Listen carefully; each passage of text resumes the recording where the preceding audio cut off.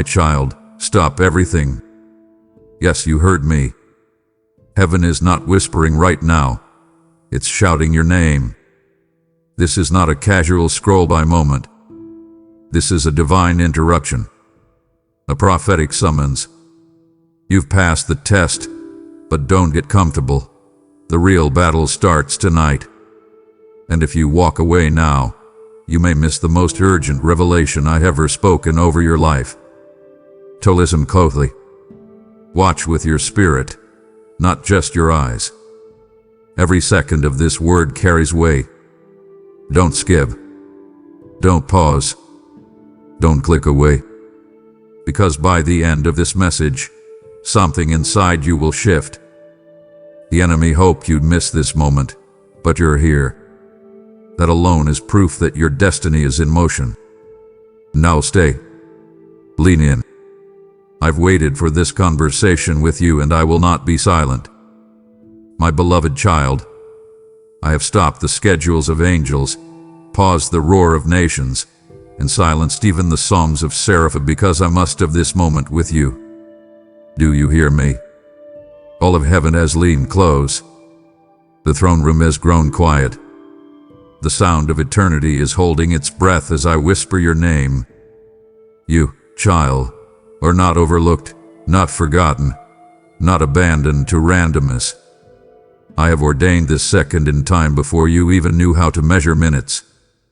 I have woven this encounter into the threads of your timeline from the first moment I dreamed you into existence. I have always known this night would come. I marked it in the archives of heaven and wrote sacred beside it. There is a hush in the realm of the spirit. Can you feel it? A tension in your chest, the sudden stillness in your room, the inexplicable warmth pressing against your soul. It is me. My presence is not floating somewhere far above. I am here. Not just near you. I am in you. I am surrounding the ache in your chest, the questions in your mind, and the weight on your shoulders. I need you to stop everything, not just physically but emotionally, mentally, spiritually. Lay down the worry. Turn away from the distractions that have clawed at your peace. The warfare of your thoughts is loud, but my voice is louder still. And I am speaking now. This breath you're taking is different. This space you're in is holy. The heavens are pregnant with the very thing you've been aching to receive, and the moment of divine convergence has arrived. I don't need you to perform. I don't need you to understand. I just need you to be here, with me, fully open, ready, because what I'm about to release can only be received in the stillness of surrender. Stop running, even in your mind. Stop scrolling for another answer. This is the answer. I am the answer. I didn't bring you to the sacred second just to comfort you. I brought you here to commission you. You think you've just come through a hard season, and you have. But what you don't yet understand is that the test you passed was not just for survival. It was the threshold to assignment. And now, the real weight of your calling is beginning to stir in the unseen. That's why I'm asking you to pause, to breathe, to be still. You're standing in the prelude of something eternal. The silence of your past season wasn't my absence. It was your training. The waiting you hated was me building a foundation that could carry what's coming next. And this child, this right here, this moment, this is the turning. It may feel quiet on the outside, but in the spirit, the sound is deafening. It is the sound of heaven releasing the scroll of your next chapter. And I am handing it to you personally. Don't miss this. Don't underestimate it. Don't brush it aside like another good feeling. The weight you feel right now is me. And it's only the beginning. My child, you passed. Let that sink into the marrow of your soul. You passed. Not because you were the loudest, the strongest, or the most applauded. You passed because when no one saw, I saw. You passed not the test of performance, but the test of perseverance. And child, that is the kind of test that heaven weighs in gold. A test didn't come with a warning. There were no signs flashing in the sky, no divine heralds alerting you to what was at stake. It was hidden, veiled in the mundane, wrapped in ordinary days that felt anything but divine. But every choice you made in the shadows to trust me, every whisper of faith you uttered when fear roared louder, every moment you chose to believe even when belief felt like betrayal to your reality, I watched it all. And heaven didn't just observe it. Heaven recorded it. You don't know this, but angels leaned in every time you chose me over the easier path. They didn't just watch, they marveled. Because what you passed through wasn't small. It was seismic in the spirit. Your loyalty wasn't light, it was lightning. It struck through atmospheres. It broke through chains others never noticed. The heavens shook, child. The archives of your destiny expanded with every tear you offered as worship. I counted those tears, not with pity, but with pride. Not one drop was wasted. They watered the very ground that is now breaking open with harvest. You think you've been standing still, but beneath your feet, something sacred has been stirring, swelling, surging. Because you passed. And passing this kind of test is rarer than rubies, weightier than crowns. You endured what many would have escaped. You stood when others sat down. You didn't have a cheering section. You didn't have clarity. All you had was me, and still you stayed. Listen closely. This test wasn't about punishment. It was about preparation. I had to see if your roots reached deep enough to withstand what's about to rise. I had to verify, not for me but for the watchers in unseen realms, that you weren't just a servant of blessing, but a steward of assignment. And now they know. Now, the atmosphere around you is shifting in response. Can you feel it? The tension you sense is not opposition, it's recognition. The test has concluded, but the results are echoing. You have been approved by fire, certified by silence, and crowned in the courts of the unseen. You passed not a momentary trial, but a foundational examination that confirms you can now be trusted with the next. This is not a reward, it is a revelation, and the heavens are responding accordingly. Let me be clear, child, your perseverance was not invisible. It was inviolable. Your obedience in the dark sent signals into dimensions where few ever walk. This wasn't just survival. This was sanctification. You walked through fire and didn't curse me. You sat in silence and still praised. You lifted trembling hands and offered faith like oil. The desk wasn't written in ink with carved impressure. And you didn't crumble. You carried. You held your breath in me when the world mocked your patience. And now, beloved, I'm writing your name on doors that don't open for the untested. What's coming next requires the kind of foundation only fire could forge. And because you passed, the blueprint of your purpose is no longer a mystery. It is a movement. Do you see the contrast, my child? While others chased platforms, you built altars. While they sought recognition, you sought me. They shouted for applause, but you whispered surrender. And in the economy of my kingdom, obedience always outweighs visibility. They were performing. You were posturing. You bowed low when you could have stood tall in pride. You served silently when no one clapped. You followed the promptings of my spirit even when it cost you popularity, comfort, and clarity. And I saw it all. I honored it all. I documented it all. This is why, in the hidden chambers of heaven, your name is not just known, it is revered. Not because you were perfect, but because you were postured. I know the thoughts that tried to haunt you. Maybe I'm doing it wrong, maybe I missed my moment, maybe God forgot. But child, obedience is never forgotten in my courts. It's louder than sermons. It's deeper than gifts. It is the incense that never stops rising. Every yes you gave me in secret created a fragrance that reached the throne. And I didn't just inhale it. I responded. You may not have seen the result yet, but the response has already been released. Obedience summons angels. It stirs scrolls.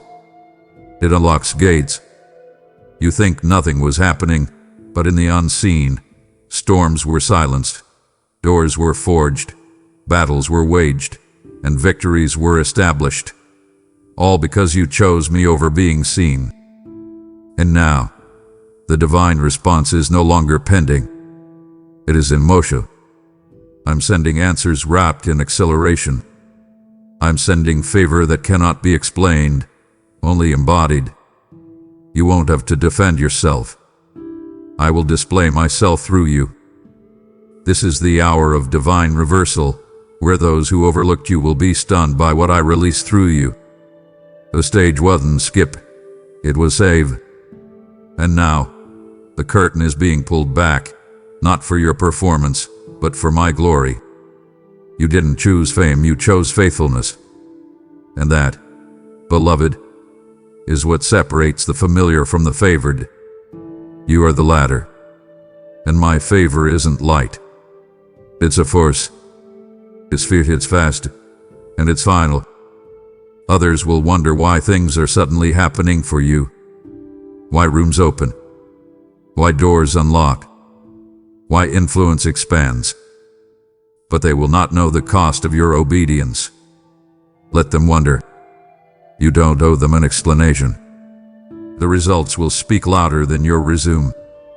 The fruit will speak for the roots they never saw. You planted in drought. You watered with tears. And now, the divine response is breaking through the soil. What's coming will not just elevate you.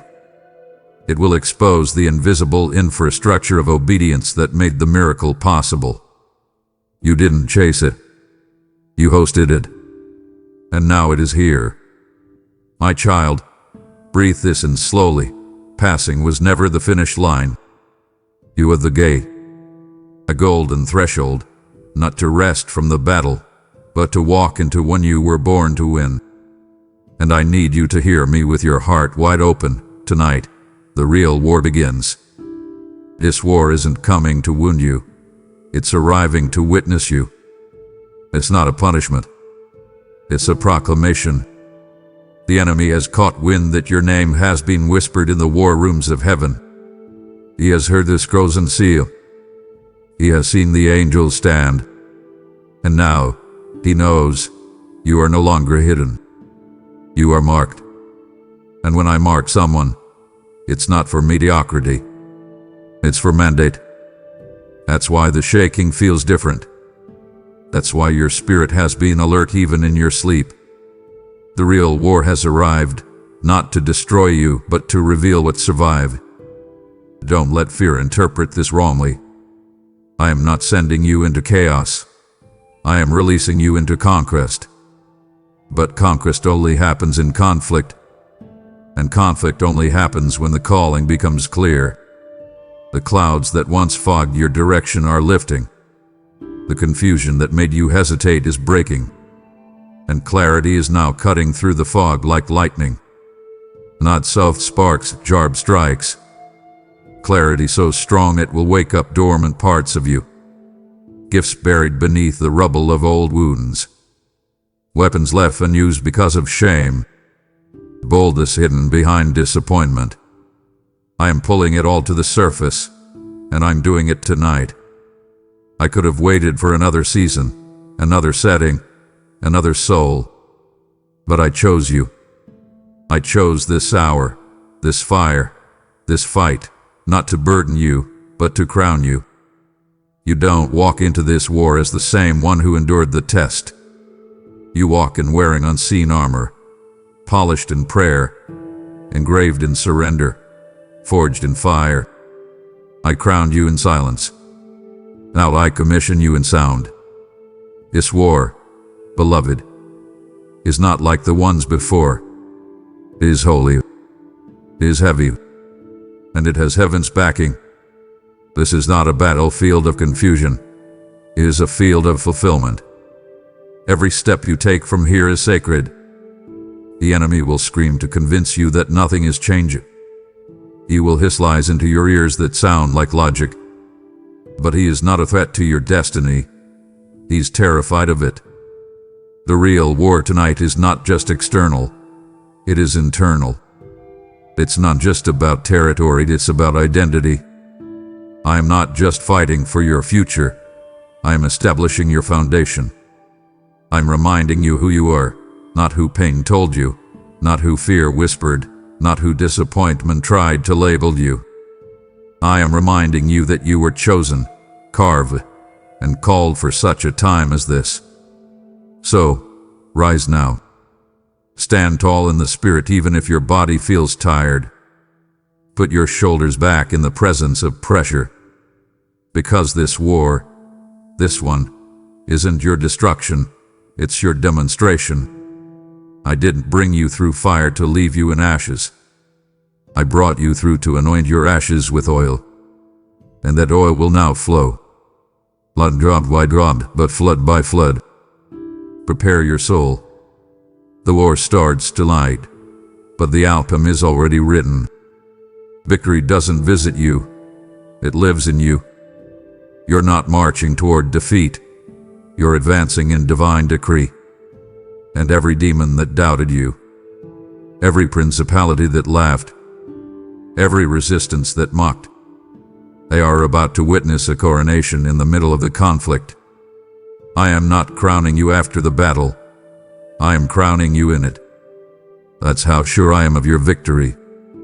My beloved, how often your heart longed for peace after the pressure. You thought surely this was the peak of pain. Surely the storm has passed. But hear me clearly, that was not the conclusion. It was a qualifier. The pain didn't end the story. It certified you for the possession of the next chapter. And tonight I need you to realize what you're stepping into. You are not just crossing a finish line. You are claiming territory. Not just ground in the natural, but dominion in the spiritual. What you endured with the furnace. What you're stepping into is the fire of fulfillment. You thought the war behind you was the climax, but it was only the conditioning. The real chapter begins now. I know you hoped the weight would lift. But child, sometimes I don't lift the weight. I shift the strength. Because possessing promise requires more than a memory of pain. It requires the muscle of maturity. You're not the same version of yourself that entered the fire. You're stronger, jawproof, more sensitive, more seasoned. You thought you were being broken, but you were being built. And now, I hand you the key to what only the forged can hold. You're not just stepping into answers. You're stepping into access. Rooms that were once locked are now being unlocked, not by favor you borrowed, but by faith you forged. You didn't stumble into this. You survived your way into this. Possessing is not for the passive. It's for the postured. And that's what you are. You're postured for possession. I've cleared your path, not of all obstacles, but of unauthorized opinions. No more noise. No more needing validation from voices I never sent. I'm not giving you permission to possess. I'm giving you a command. Go in and take it. Speak as if it's already yours. Pray like you've already crossed over. Praise like it's already unfolding. Because it is. The promises that once felt like distant dreams are now tangible. Reach for them with boldness. Claim them with confidence. They're not floating, they are falling. Into your lap. Into your life. Into your lineage. You're not receiving a portion. You're inheriting a promise. And listen to me. This possession will feel unfamiliar, Don't let the strangeness make you shrink. You've never walked at this level before because this level didn't exist until you passed through the last one. You created this corridor through your obedience. You opened this window through your worry.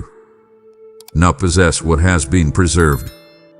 Don't apologize for it. Don't explain it. Don't value it. This isn't arrogance. It's alignment. I am not blessing you randomly. I am rewarding you righteously. What others call delay, I call development. And now, child, you are stepping into more than you asked for. You thought the proving was hard, but the possessing is holy. This is sacred ground now, and I am walking it with you. My beloved, how I need you to hear me clearly in this moment, because the lies have grown louder, but my truth is louder still. The enemy never truly feared your collapse. He didn't worry when you cried. He wasn't shaken when you questioned. And oh, what terrified him was the possibility that you would keep going. What shook hell's corridors was your survival, your ability to bleed and still believe, to be crushed but not curse, to weep and yet worship, to suffer in silence but not surrender your spirit. And now, you stand on the other side, bruised but breathing, tested but triumphant. You survived, and that survival has become a signal in the spirit realm, a frequency of faith so powerful that the very demons that stalked you have fled in disarray. Let me reveal what you couldn't see. The reason your last season felt so suffocating wasn't because you were weak. It was because you were winning. Every attack launched against you was a desperate attempt to abort what I had already conceived in you. The enemy wasn't targeting your comfort. He was terrified of your continuance. He threw exhaustion at you like chains. He whispered failure through fatigue. He poisoned moments of rest with haunting thoughts of inadequacy. But you refused to bow. You clung to me, even when your grip felt like it was failing. And what you didn't realize, child, is that while you thought you were barely surviving, in the spirit, you were shattering ceilings. You were breaking generational patterns. You were silencing ancient accusations. You were overcoming shadows that claimed your bloodline for centuries. You weren't just walking through trial. You were treading on territory. And now, your very survival has become your seal. A mark of one who can't be manipulated by fear, nor moved by intimidation. You may not have seen it, but with every step you took forward in darkness, the enemy stepped backward in dread. Hell does not fear loud declarations, it fears quiet determination. And that's what you carried. That's what you kept. The kind of determination that doesn't demand an audience, doesn't post for praise, doesn't need validation to walk in victory. This is why, now that you survived it, the enemy is trembling. He threw his best, and it didn't break you. He launched his fiercest storm, and it didn't sink you. You stood, maybe shaken, maybe scarred, but you stood. And in my kingdom, child, the one who still stands after the storm becomes a standard, a flag of testimony planted in the battlefield. So now, watch. Watch as the very things that tried to bury you begin to unravel beneath your feet. The enemy hoped you'd never reach this moment. He thought if he could distract you long enough, discourage you deeply enough, delay you hardly enough, that you'd quit. What you didn't. And now you've entered a realm of anointing that can't be taken. This isn't temporary blessing. This is territorial transformation. I've assigned angels to surround what you now walk in. And I need you to remember, this is not payback. This is not random rescue. This is recompense. Your survival was the announcement that the real war has been won. And now, your steps are holy. Your voice carries weight, and your very existence testifies. I made it. I'm still here, and my survival has become a sentence against the kingdom of darkness. Child, what you walked through wasn't just suffering, it was sealing. It wasn't just fire for fire's sake. It was divine forging. And though it burned, it did not burn you away. It burned what couldn't stay.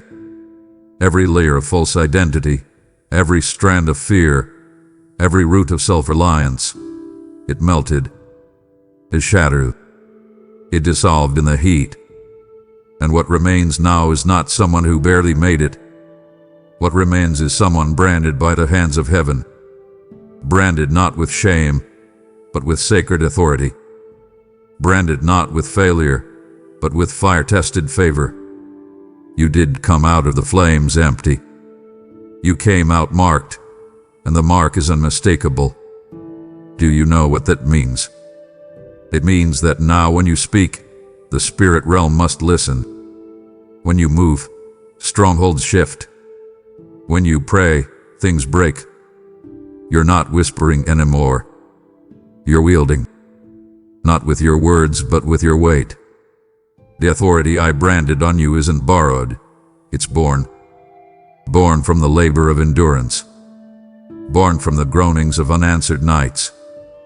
Born from the sacred yes you kept giving when everything screamed no. This fire didn't take your voice. It gave you a new one. A voice laced with power, dripping in clarity, echoing with eternity. And now, child, heaven doesn't just see you as survivor. Heaven sees you as warrior. I call you warrior not because you wore armor, but because you let me shape your soul into a sword. You allowed my spirit to cut through your comfort. You permitted my hand to press where it hurt. And in doing so, you became someone hell cannot explain. You don't even fully recognize the version of you that emerged from that fire, do you? That's because you're seeing the unfiltered you, the fulfilled you. And I delight in what I forged. No more hiding. No more venting. No more waiting for permission to walk in your power. I branded you so no other brand could claim you. You belong to me. And the signature of that belonging is now etched into every spiritual place you walk into. You don't need to announce yourself. The atmosphere will adjust to you. And listen to me carefully. This warrior spirit is not harsh. It's holy. It's not arrogant. It's anointed. You're not rising to dominate people. You're rising to deliver atmospheres. To carry the fire that healed you into places still drowning in cold religion. You are not just carrying light.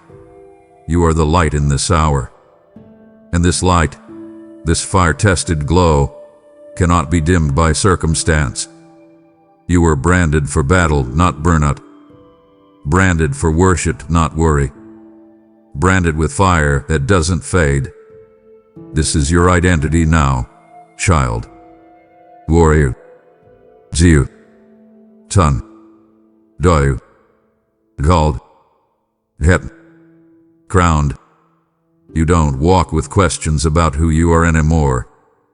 You walk with confirmation. The fire didn't destroy you. It defined you. And now, even hell knows your name.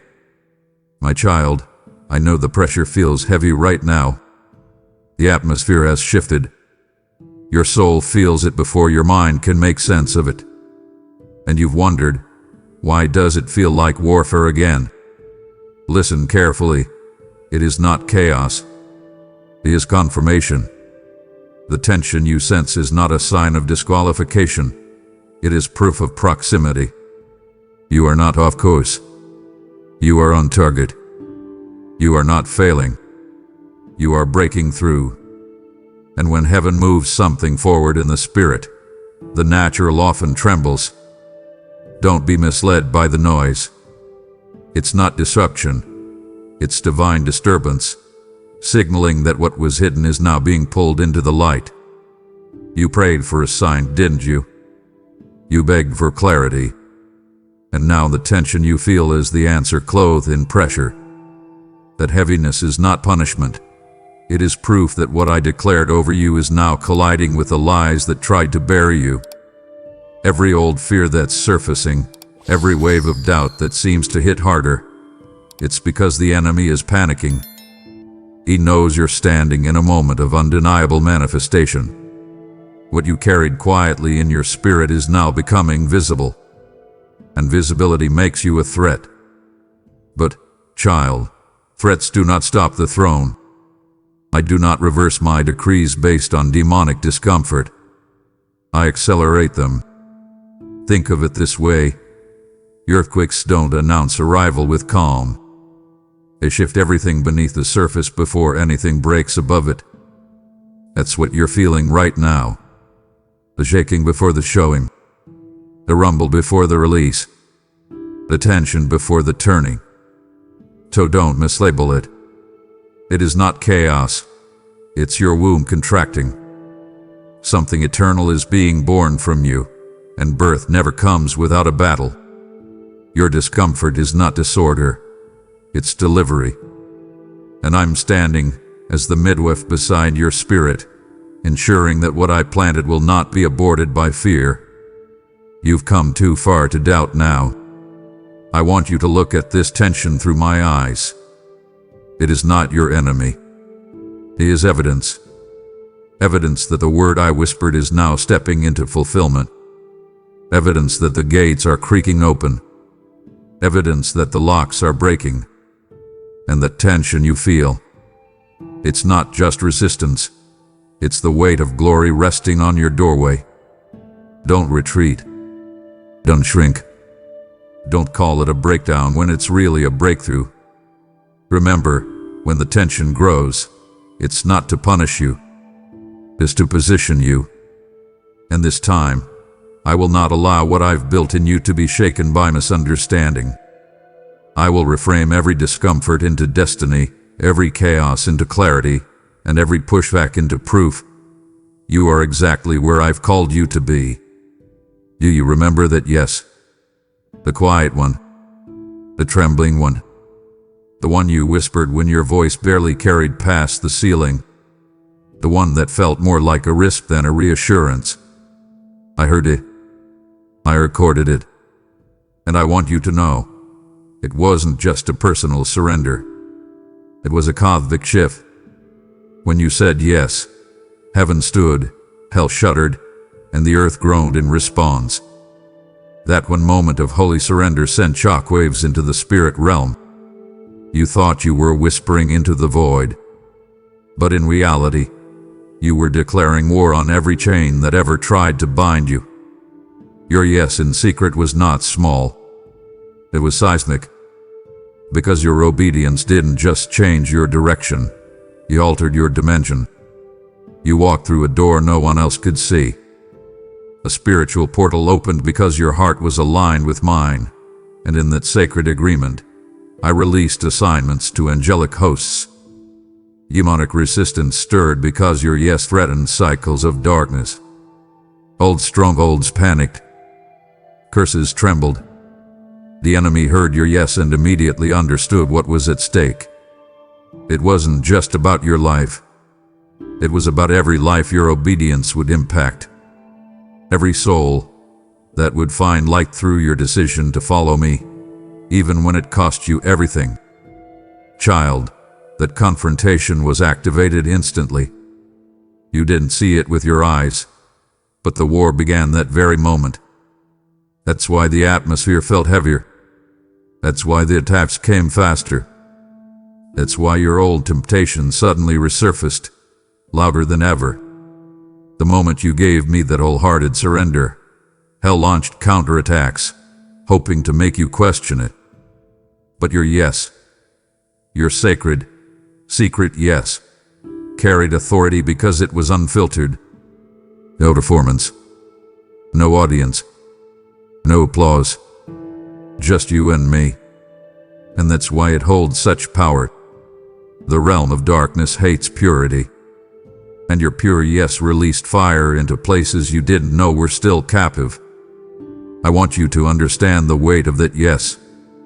It wasn't a casual agreement. It was a contract in the courts of heaven. I sealed it with my spirit.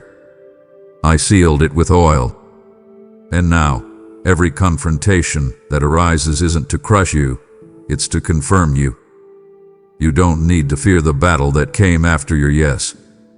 The battle didn't come because you failed. It came because your faith flipped the script. You said yes when fear told you to run. You said yes when comfort told you to settle. And now I say to you that yes is being honored with demonstration. Angels are still moving based on it. Doors are still opening because of it. And tonight, child, tonight, I honor it not just with whispers of promise but with waves of manifestation. Oh, how the enemy wanted to twist this moment.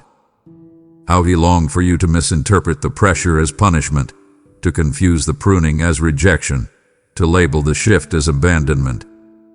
But hear me, child, this is not punishment. This is positioning. You are not in the aftermath of failure. You are in the alignment of destiny. What feels like something being taken is actually me making room. What appears like a loss is truly a launch.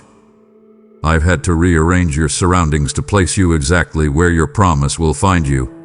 Not where you felt safe, but where you will be seen. And I need you to lean into this truth. The delay wasn't denial. It was divine design. Attention wasn't trauma, it was transition. You've been fighting shadows in your mind, wondering if somehow you missed it, if you failed me in ways I couldn't forgive. But listen to me closely. I am not the God who shames. I am the God who shifts. I do not use pain as punishment.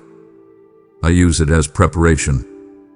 And in your life, I have been deeply intentional. I've allowed the shaking not to scatter you but to settle you. I've stirred the waters around you to remove what could not go with you. This moment is not your exile, it's your escort. I am leading you from obscurity to occupancy, from endurance to evidence. The room you are entering was built in secret, but it's about to be revealed in power. You are not off path. You are on the very edge of fulfillment. Let me show you something that few ever understand. In the kingdom, my favor often looks like frustration first. Why? Because favor disrupts what falls. It confronts the counterfeit. It demolishes distractions. I couldn't leave you where you were, not because you were unfaithful, but because your faithfulness required more. You kept showing up. You kept believing. And now I'm shifting the map beneath your feet. Not to confuse you, but to complete you. You prayed for my will. And my will doesn't always arrive in comfort. It arrives in correction. Not punishment, positioning. I've moved pieces you didn't know were blocking you. I've removed people you didn't see were draining you. I've broken systems that were never meant to sustain you. And now the road is clear, even if unfamiliar. So don't resist this holy rearrangement. Embrace it. Everything that's shifting is being shaped. And everything I shape, I fill with glory. You are not being broken apart. You're being built up. This divine positioning isn't about who left, what failed, or how long it took. It's about what's next. And next is bigger than what you're leaving behind. You'll see. You'll look back and recognize that every closed door was a compass. Every no was a nudge toward this now. This isn't karma.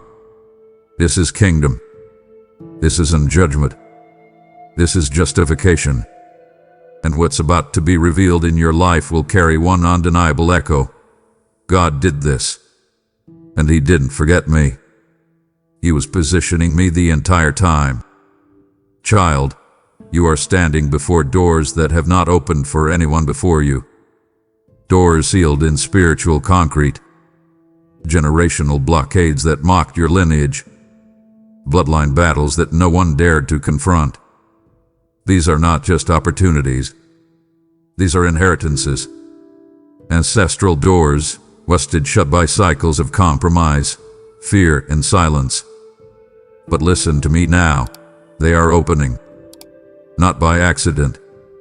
Not by effort. But by authority. And not just anyone's authority, yours. Because your hands have been tested. Your soul has been refined. And the keys I've placed in your spirit now match the locks no one else could open. You must understand what this means. These doors aren't casual. They don't respond to charm. They do not unlock with charisma. They only respond to those who have been proven in pressure. You didn't get here through shortcuts. You didn't manipulate your way to favor. You bled. You obeyed. You waited. You wrestled. And I watched. I recorded every quiet yes, every tear-stained prayer, every moment you chose me over what made sense. That's what forged the authority now resting on your life. And that's why the doors are opening now. Not earlier. Not later. Now. Because now you are ready not just to enter the room, but to carry what the room was created for. These aren't ordinary doors, child. They are thresholds of legacy, portals of purpose, entrances into places where the spiritual terrain shifts because of your presence. And I didn't open them until now because I wouldn't let premature exposure corrupt what I've been cultivating in you. I've guarded these gates until your hands no longer tremble with insecurity, but carry the weight of identity. That's why you had to walk through fire, to melt off the fingerprints of false expectation. That's why you had to be forgotten, so that when the door opens, no one else can claim credit. Only me. Only your obedience. Only your tested hands. So step forward. No fear. No apology. Don't ask if you belong. You do. Don't second guess what's being handed to you. It's not a fluke. It's a fulfillment. You were not chosen by popularity. You were chosen by purity. And these doors, these once sealed, long resisted, spiritually weighted doors, respond only to tested hands, torn hearts, and trusted spirits. And you, beloved, carry all three. This is not a season of trying keys. This is a season of watching locks fall off. Don't look for handles, look for hinges cracking. The sound of breakthrough is not always a trumpet. Sometimes it's the creak of generational chains giving way under the pressure of one tested hand. Yours. Child, hear me now, truly hear me. You did not end up in this moment by accident. This isn't some spiritual ambush. This isn't punishment wrapped in warfare. No, the battle you are walking into isn't because you're fragile. It's because you're formidable. You've been trusted. Let that word settle over your soul. Let it sink into every place in you that feels inadequate. I trust you. I trust you with pressure. I trust you with purpose. I trust you with warfare that others couldn't withstand. Not because you're perfect. Not because you never struggle. But because when you were tempted to run, you remained. When you were invited to compromise, you chose consecration. And when silence surrounded you, you kept believing anyway. Do you know how rare that is? Heaven has seen thousands fold under far less. What you didn't. You stood in rooms of doubt and didn't let unbelief stain your spirit. You worshipped when the atmosphere was dry. You spoke faith when the future was foggy. And because of that, I've deemed you safe for war. Yes, war. Not as a victim, but as a vessel. I'm not sending you into this fight to flail. I'm sending you to fulfill. You don't go empty-handed. You carry history with me. You carry the oil of your private altar. And now, that oil will begin to break open in the presence of your enemies, not as revenge, but as revelation. I've trusted you with visibility because you remain obedient in obscurity. I've trusted you with territory because you submitted to training when no one was watching. Understand something sacred, child. I don't assign battles to the unprepared.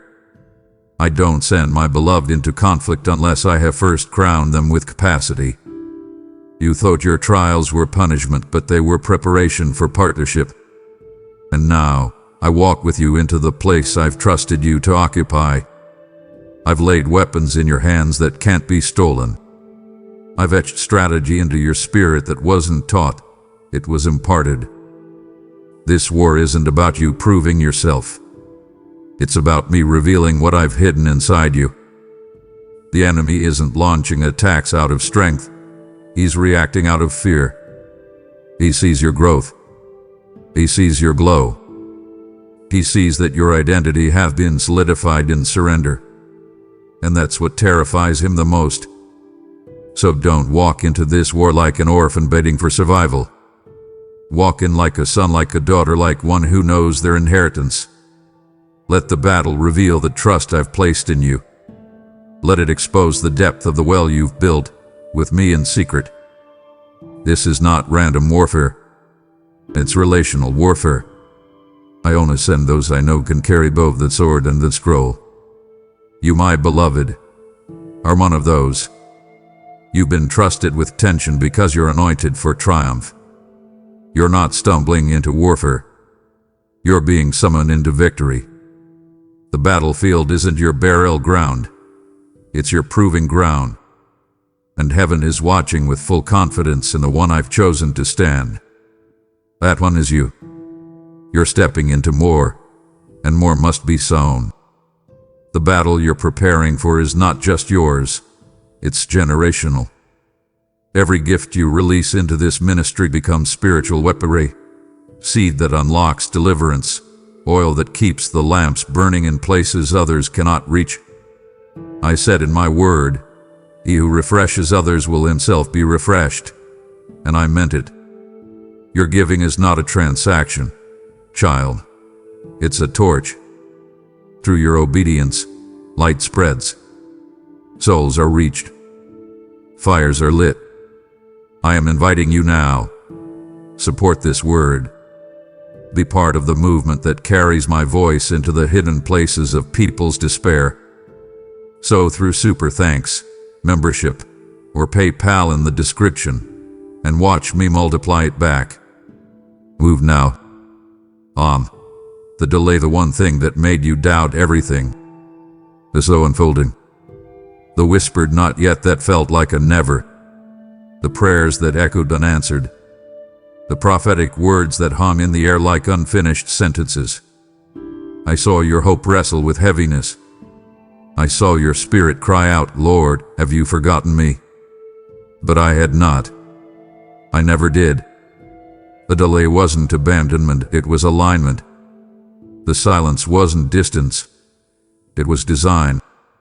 What you called delay was me, the commander of heaven's armies, enrolling you in divine military training. Not to diminish you, but to develop you. You see, I don't send soldiers to war without equipping them for it. I don't place mantles on shoulders that haven't been strengthened to carry them. The quiet seasons, the waiting rooms, the seeming inactivity, all of it was me sharpening your discernment, anchoring your identity, and increasing your endurance. While you mourned the stillness, I was mastering your spirit. I was teaching you how to hear my whispers in the absence of applause, how to follow my nudges when direction seemed blurred, how to war with my word when your world felt like it was unraveling. That's not punishment, child. That's preparation, the kind only warriors endure. Every delay had a blueprint. Every silent night was a classroom. While others graduated in performance, you were graduating in perseverance. That's why your training couldn't be rushed. You weren't being prepared for shallow blessing. You were being formed for eternal influence, What's coming isn't just for your joy, it's for your generations. And that kind of wait demands a different kind of waiting. Your delay has built a vault inside you. And now, as you step into acceleration, what you carry will not be flimsy or fleeting.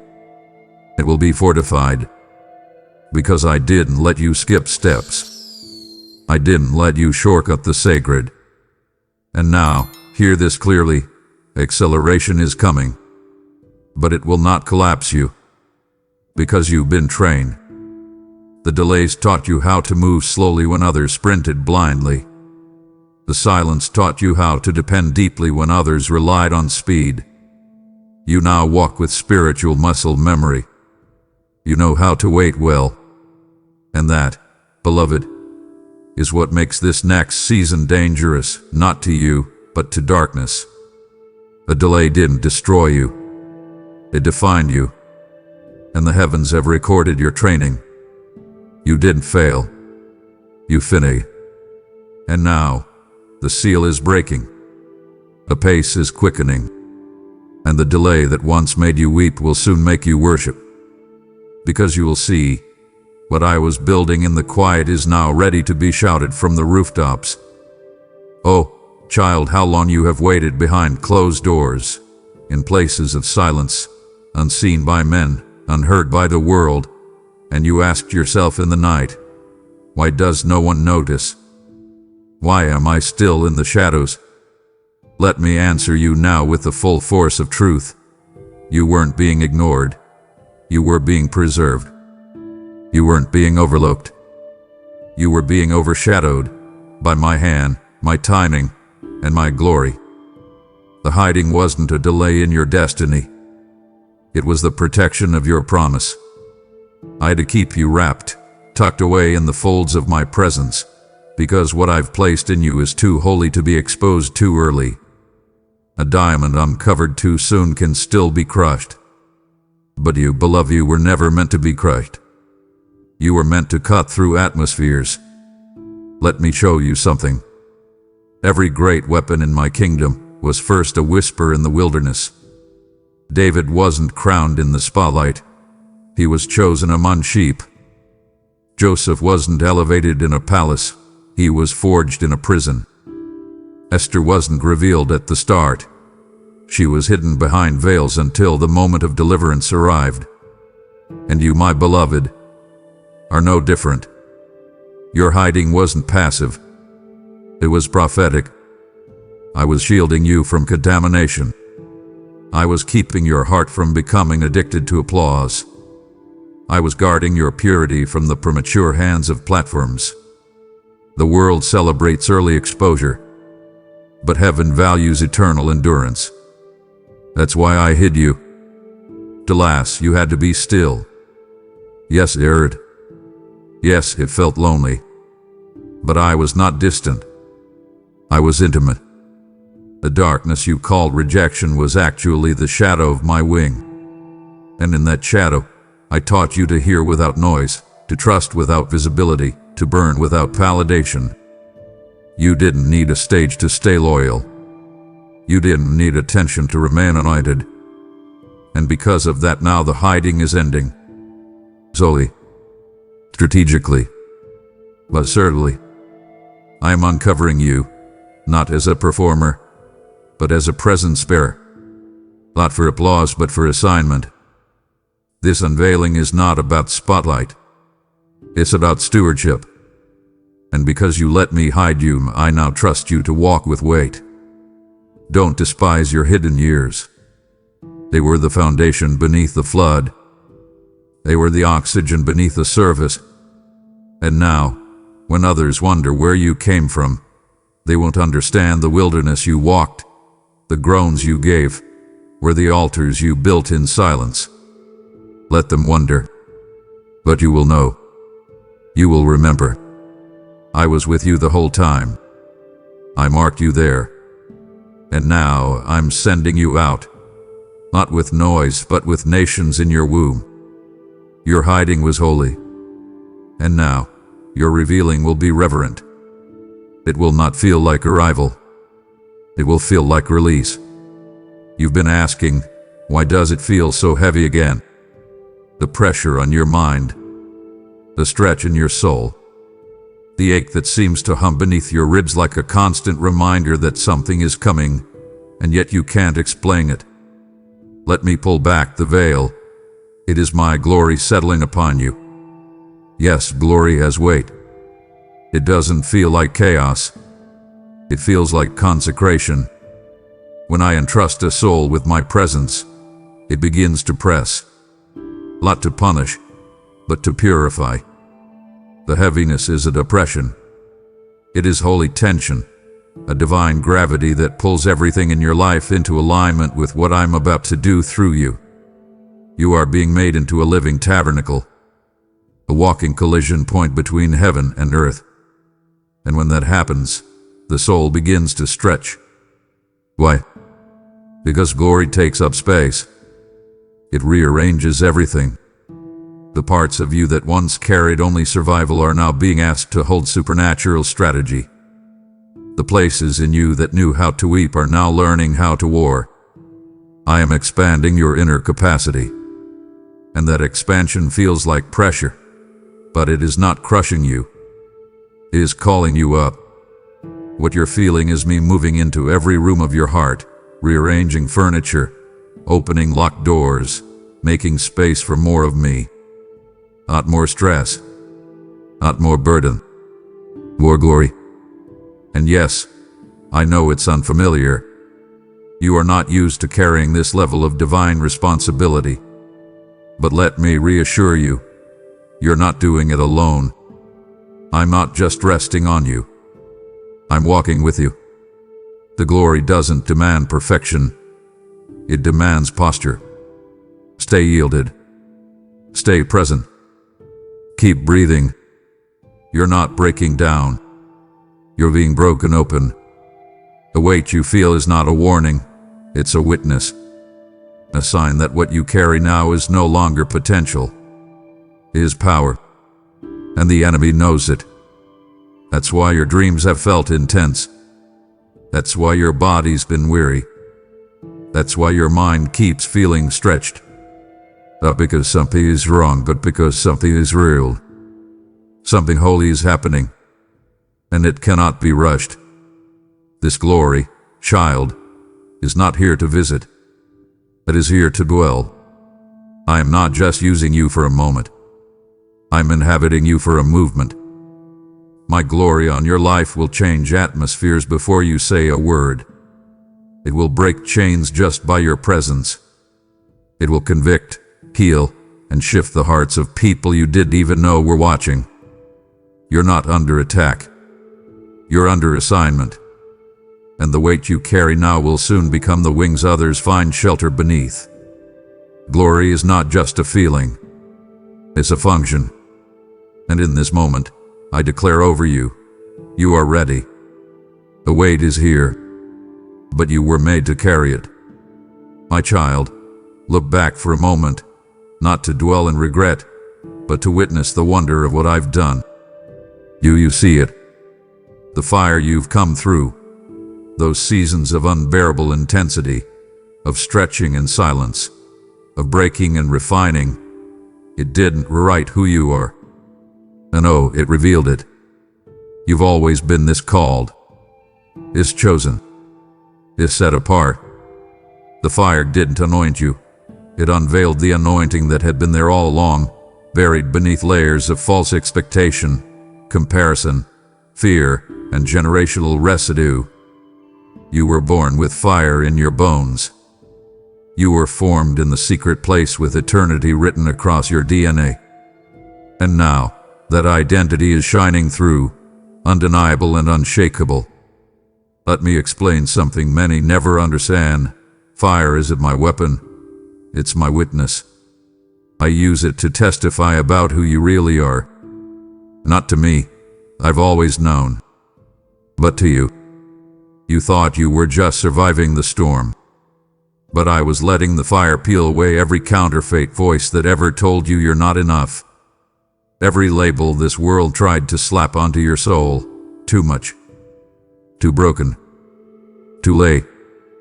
Too small. was incinerated in the heat of your surrender. And now, what's left is truth. Real. Oil. What's left is the version of you I saw before time began. The one I've been nurturing in the quiet. The one I've whispered to in the dark. The one I'm now ready to announce. That's why you feel the shift so deeply. That's why your discernment is sharp and your sleep interrupted. Your spirit knows something ancient is awakening. You've crossed the line between potential and purpose.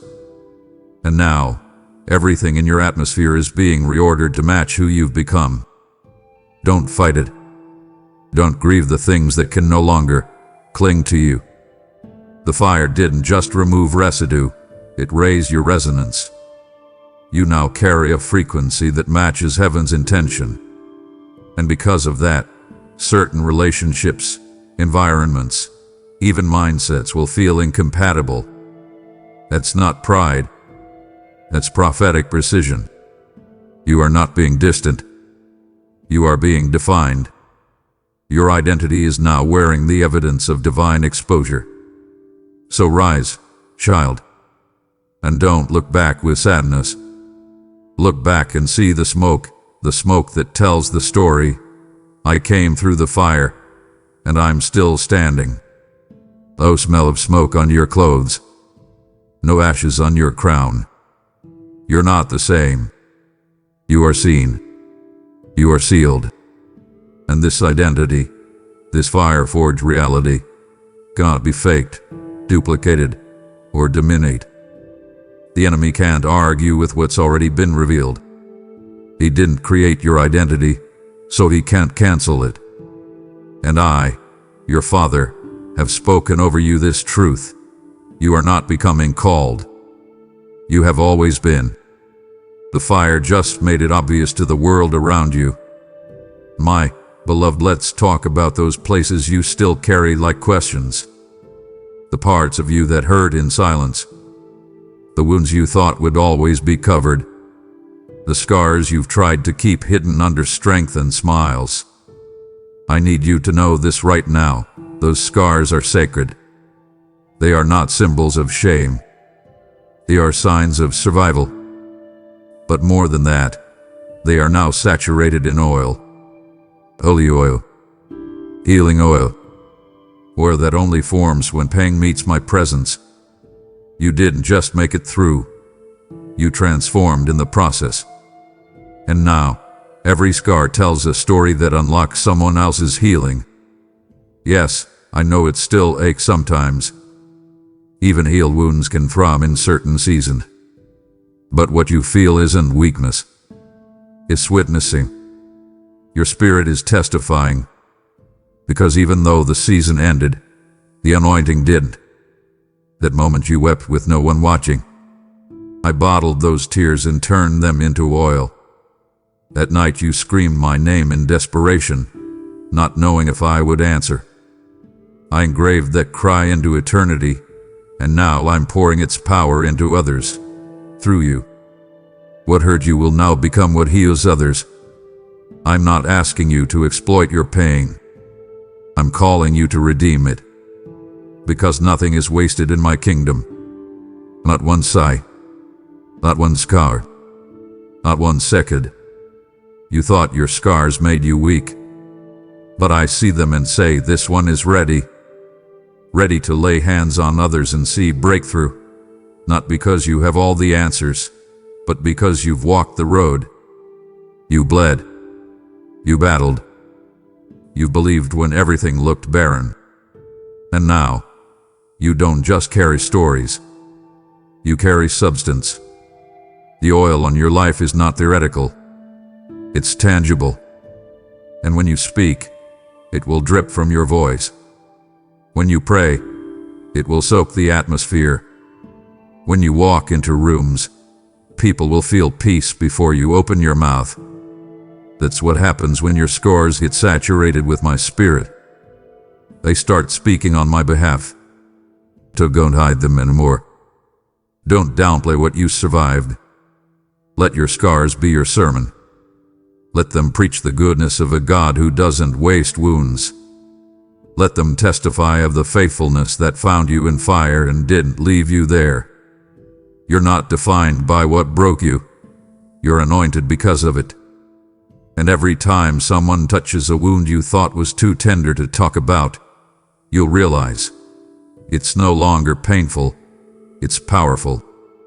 You're not bleeding anymore. You're pouring healing of heaven. This is your ministry now, not from perfection, but from proven presence.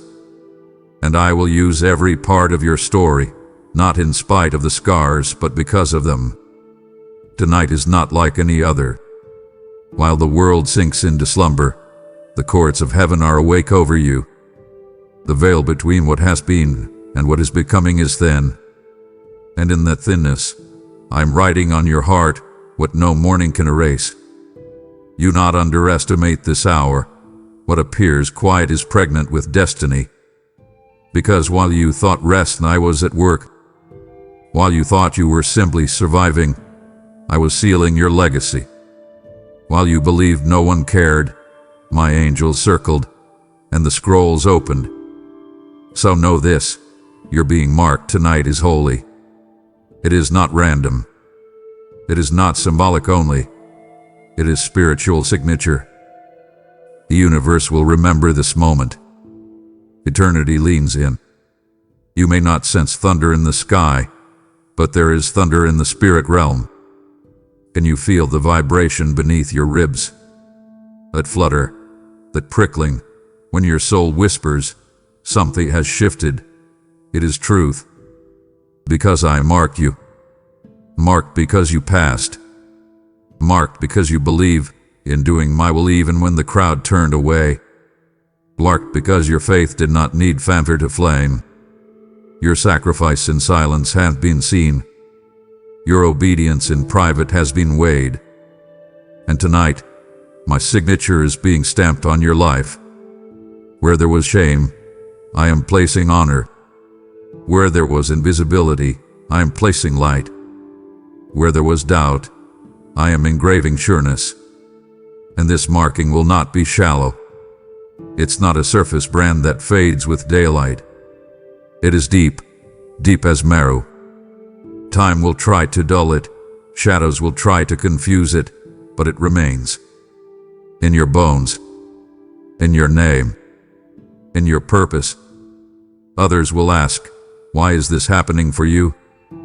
But they won't know of every tear, every moment of trembling faith, every silent yes that opened this door. Let them wonder. Let them see the change and not understand it. Because what you are being marked for is for vantage, for clarity, for dominion, for the birth of things that were only whispered in your heart. So tonight, remain awake in the spirit, not anxious, alert, not restless, but reconciled to the weight that's on you. Pray, wait, worship.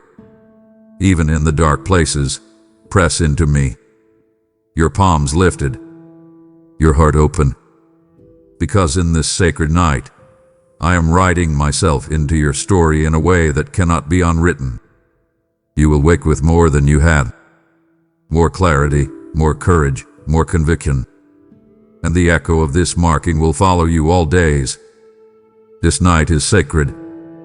This night is consecrated. And you are being marked, not for what you have done in full, but for what you will do in power, in purpose, in partnership with me. I know the pull, the law of doubt, the whisper in the night that says, maybe I'm not ready, maybe I misheard, maybe the risk is too great, these temptations will come. They always do. The serpent still sows them. But I need you to remember, your voice in heaven roars louder than those threats. Because your authority was given above the roar of fear. You don't shrink back in this moment, not because you are unshakable in your flesh, but because you are rooted in what I have done in the Spirit. The threats are real, but you, child, are realer. The enemy may shout his lies. but I have written my truth across your heart. You have felt tremors already, haven't you? A fear that you might be exposed. The weight of expectation. The anxiety that if you step forward, you'll be judged. But I tell you this, those noises are background static compared to the broadcast from my throne. Listen to that instead. Let my word drown the lies. Let my promises tilt your internal landscape. For every voice that warns you to hide, there are hosts of angels saying, "Rise." For every demonic whisper trying to terrify you, there is in heaven a record keeping my faithfulness to you. You will not shrink back. You will not cave in. Because you have already been declared more than conqueror. You have been declared chosen. And chosen is louder than threat. I know the fear of stepping wrong. I know the fear of losing what little ground you have. But remember what I taught you in trial. The song still plays in your spirit. The promises still echo in your soul. When I called you, I didn't bargain with insecurity. When I equipped you, I didn't leave room for shrinking. I prepared you for this warfare, not just to survive, but to stand. And though your knees might tremble, though your hands may sweat, though your heart pounds, these things do not disqualify you. They declare that human and holy meet. And in that meeting, you are more powerful than you know. So stand now, not as someone waiting for courage, but as someone who carries courage. Speak now, not to defend your fear, but to pronounce your faith. Move now, not to cover what could go wrong, but to claim what can't go with what is passing. And when the temptation to shrink back comes, you will not follow it. You will follow me, because you are louder in heaven than the threats surrounding you. And every threat that tried to shrink you will be swallowed by the sound of who I am in you, what I've prepared in you, and the power I've placed behind your yes. I see the fatigue in your spirit, the way you exhale not just from physical tiredness but from the weight of the process. The pressing has intensified. The warfare has sharpened. You've whispered beneath your breath, "Why now? Why does it feel like everything is crashing in when I'm this close?" Let me speak straight into that ache. You are not falling apart. You are breaking through. You are not unraveling. You are unfolding. This is not the collapse of your journey. It is the crescendo. And that's why it feels so fierce. The final stretch is always the most difficult. Not because you're losing strength, but because you're carrying the final push of heaven's delivery. You spent years walking through training fields, trusting through trials, weeping in war. And now, the final leg of this journey carries the concentrated weight of everything you've endured. You are pushing through layers of resistance, not because you're failing, but because you are finishing. Every lie, every delay, every voice of distraction is a last-ditch attempt by the enemy to convince you to abort what's already crowning. But child, I say this with my voice etched in thunder, you will finish. You will not crawl into destiny, you will stride into it, even if your legs feel weak.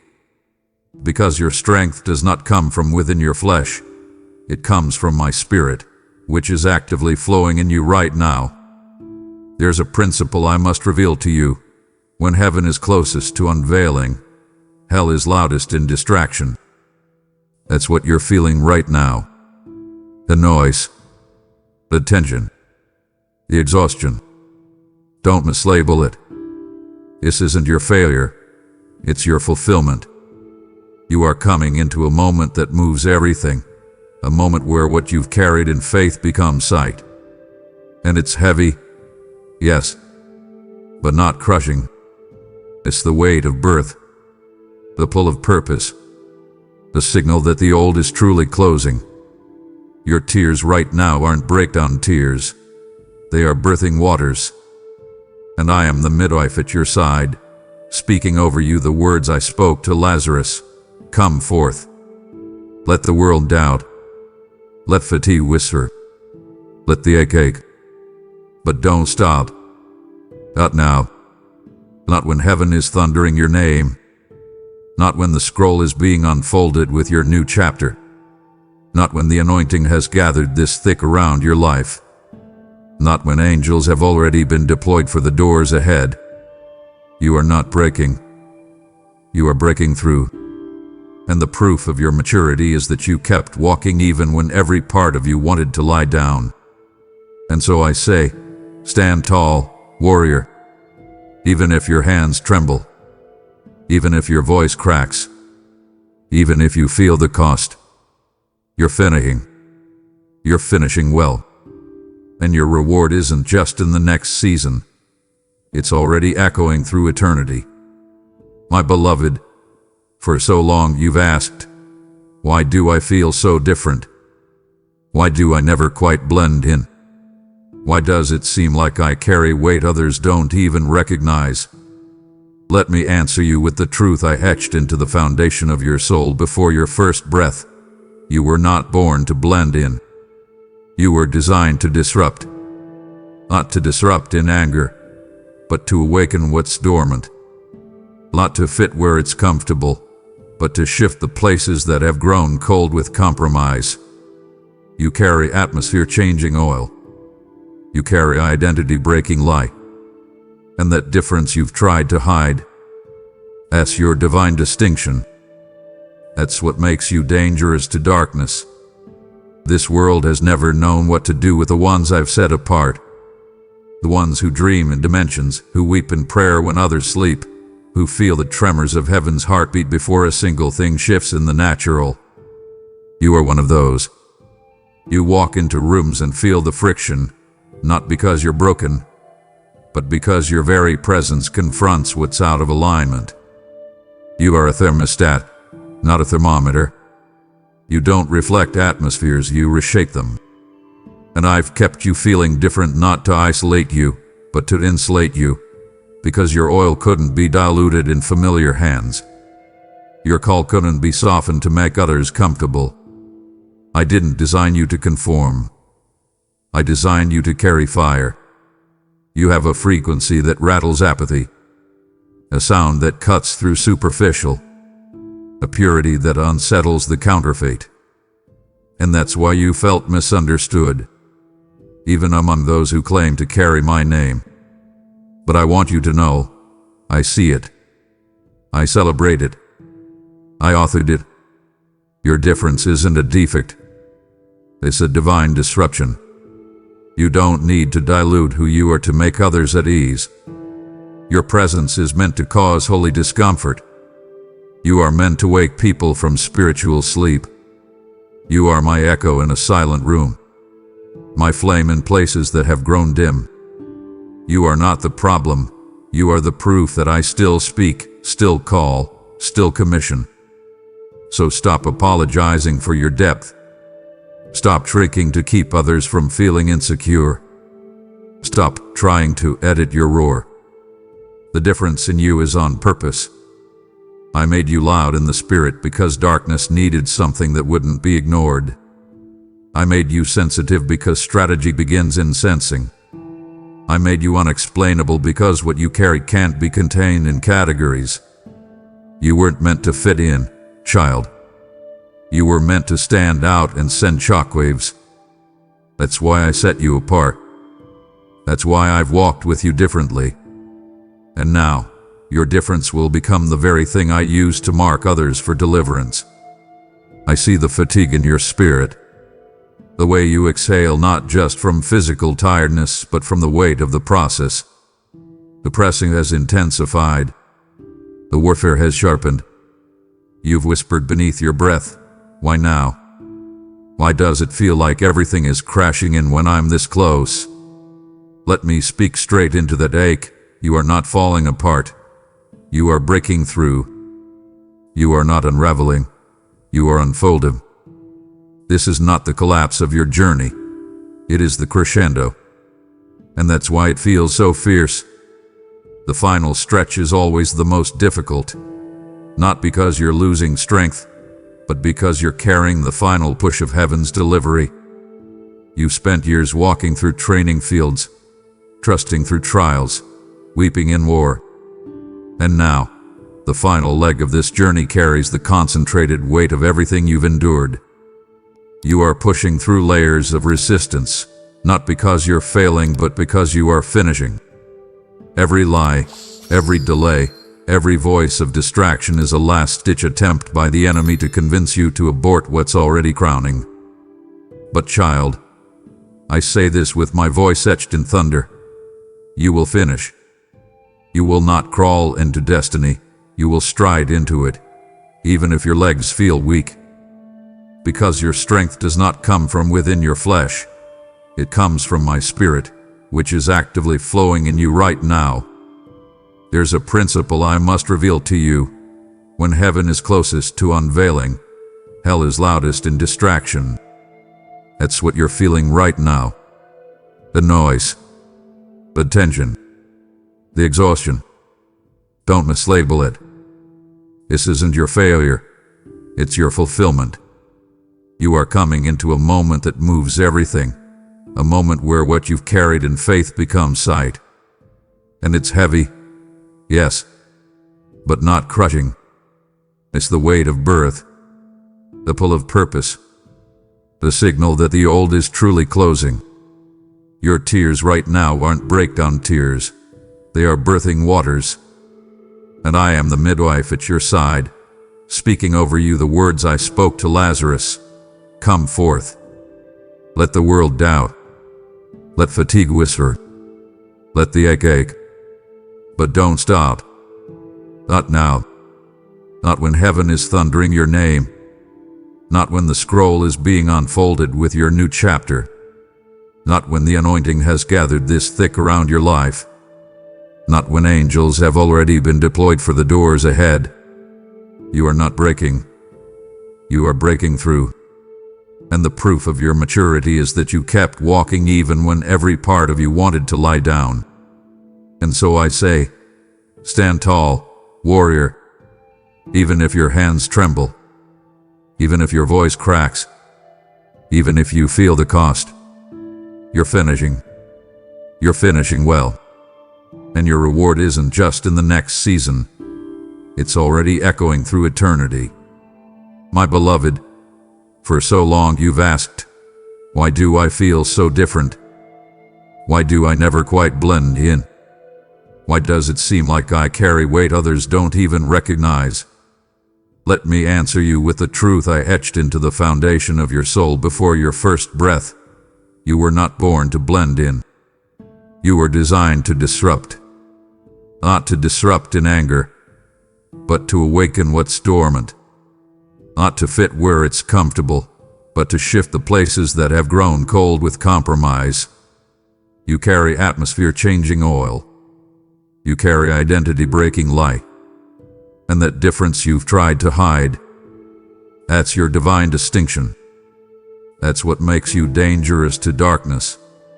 This world has never known what to do with the ones I've set apart. The ones who dream in dimensions, who weep in prayer when others sleep, who feel the tremors of heaven's heartbeat before a single thing shifts in the natural. You are one of those. You walk into rooms and feel the friction, not because you're broken, but because your very presence confronts what's out of alignment. You are a thermostat, not a thermometer. You don't reflect atmospheres, you reshape them. And I've kept you feeling different not to isolate you, but to insulate you, because your oil couldn't be diluted in familiar hands. Your call couldn't be softened to make others comfortable. I didn't design you to conform. I designed you to carry fire. You have a frequency that rattles apathy, a sound that cuts through superficial, a purity that unsettles the counterfeit. And that's why you felt misunderstood, even among those who claim to carry my name. But I want you to know, I see it. I celebrate it. I authored it. Your difference isn't a defect.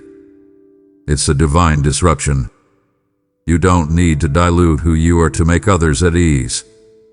Your presence is meant to cause holy discomfort. You are meant to wake people from spiritual sleep.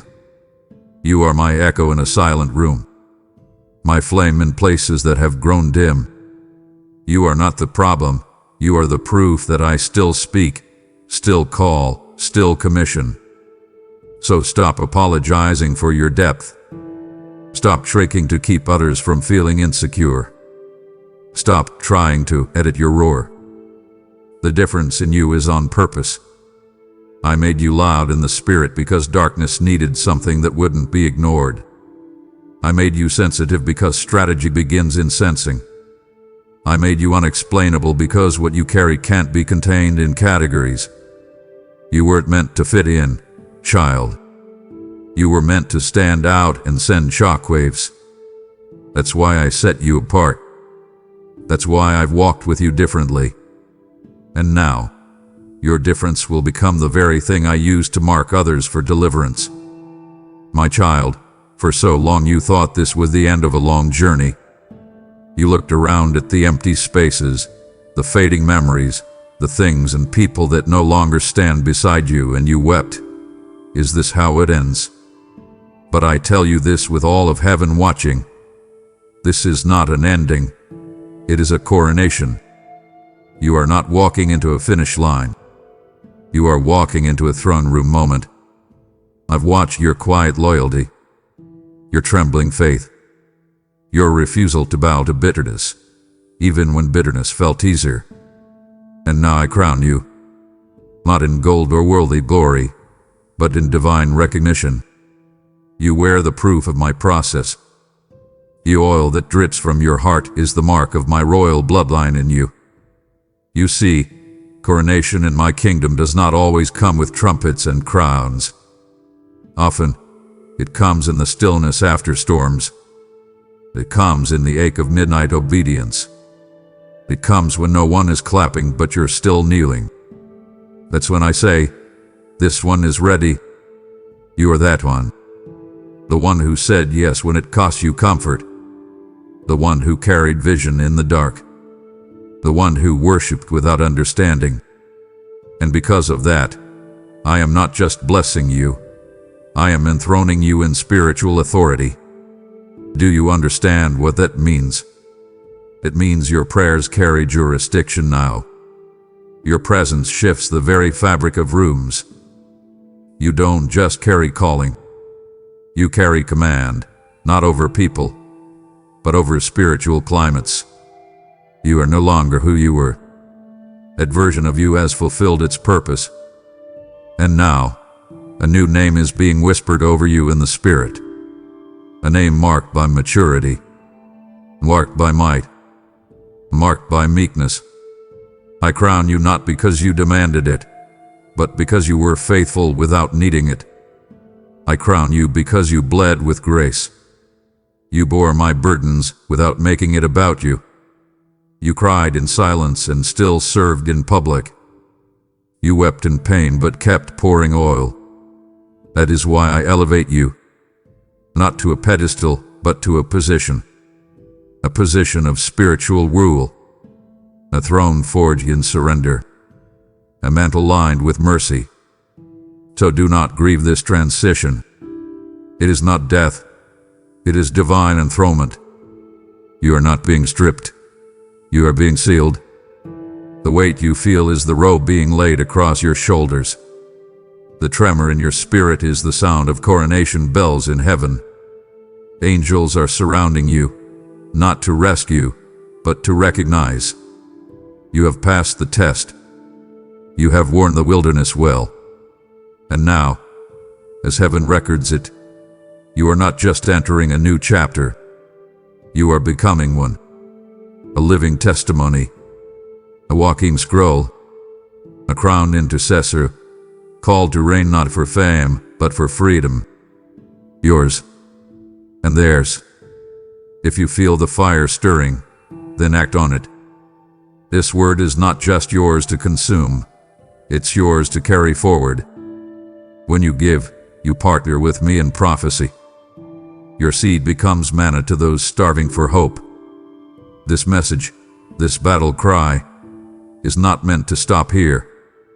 I told you in my word, give, and it shall be given unto you, pressed down, shaken together, running over. You are not just supporting content. You are sowing into conquest, into revival, into rescue. I'm inviting you to put your faith into motion through a super thanks, a membership, or a gift through PayPal in the description below. What you release today, I will echo into your future. Now give. And now hear me clearly, child, because this may shock you. You are not waiting on me anymore. I'm waiting on you. The thing you've been praying over, crying for, asking me to confirm again and again. The door is already open. The heavens have already aligned. The green light has been given. The provision is already in motion. What's missing is not permission. It's your bold yes. I have moved the pieces. I have spoken through prophets, dreams, whispers, signs. I've stirred the waters. I've cleared the air. I've even removed certain people, not as punishment but as preparation. Because what I'm calling you into now requires boldness, not delay. Imagine, not caution. You keep waiting for another sign, another push, another guarantee that it will work. But beloved, faith doesn't wait for guarantees. Faith walks because I said come. Remember Peter, he didn't walk on water because the conditions were perfect. He walked because my voice said, step out. That same voice is calling you now. I'm not asking you to be reckless. I'm asking you to be responsive.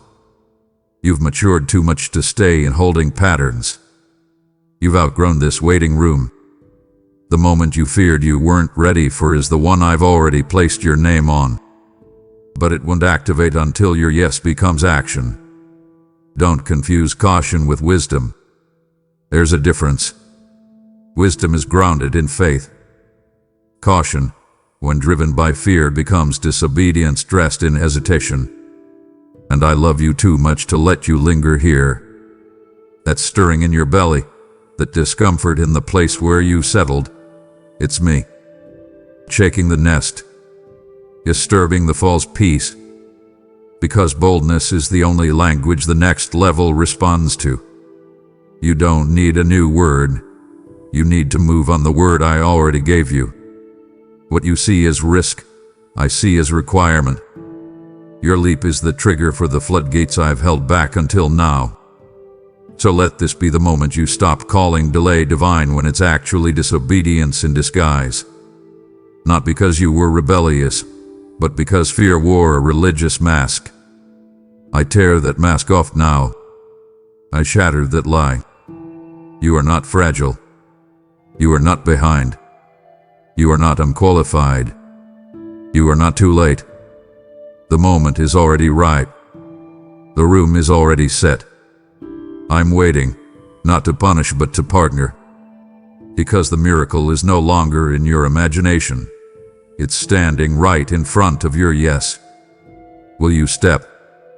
Will you trust me beyond the fear? Because on the other side of your boldness is breakthrough you won't believe. But it only opens when you do. I know the night stretched long and the dawn felt distant. I know there were seasons when nothing made sense. When promise seemed like a mirage, when every door slammed in your face, when every answer seemed postponed. You questioned, doubted, even floated in despair. But every unanswered question, every tear, every shattered hope was not a sign of my absence. It was part of my orchestration. What felt like confusion was my classroom. What seemed like delay was my design. What you didn't understand then, why someone didn't show up, why your prayers seemed to fall on deaf skies, why your heart kept trusting in what your eyes couldn't see. Those shadows of misunderstanding were being dissolved in my light. And now, that light is rising. You will walk in clarity now, sudden clarity. Clarity of purpose, clarity of path, clarity of identity. The confusion that once surrounded you like a storm will become stillness that sharpens your sight. The questions that haunted you will find answers that settle your soul. Every why you whispered will have its reply. You will see the hidden hands, the unseen threads, the tapestry I have been weaving in silence. Doors will swing open not just by chance, but with prophetic precision, because you will walk in the understanding I have been maturing in you all this while. What felt like a puzzle will feel like portrait, every piece finally fitting into place. This clarity is not passive, it is powerful. It will course through your bones. It will raise your voice. It will shift your steps. You will not wander out of confusion anymore, trying to scramble for meaning. You will stand in your knowing. And in that knowing, you will act, not out of desperation, but out of dominion. You will move with boldness, speak with authority, and carry presence that refuses to be compromised by lingering doubts. The path that looked crooked will straighten. A burden that felt like bondage will become your banner. And even your scars will feel less like wounds and more like war wisdom. So rest, beloved, in my faithfulness. The shadows behind you are vanishing in my glory. You are no longer bound by what you didn't see. I'm making you a witness of revelation. I am your interpreter. I take what was confusing, what was complicated, what felt lost, and I am turning it into clarity you can carry. Clarity that strengthens, clarity that calls others out of darkness because they see what you have seen. You did not waste those nights. You did not waste those seasons. What you didn't understand then, you will see now. And you will walk in that seeing, anchored not in feeling, but in my truth. There was a time you thought survival was the goal, just to endure, just to make it through the morning, just to hold on. There were days when you believed that if you just kept breathing, that was enough. But my heart told you differently, because I didn't breathe you into existence to survive.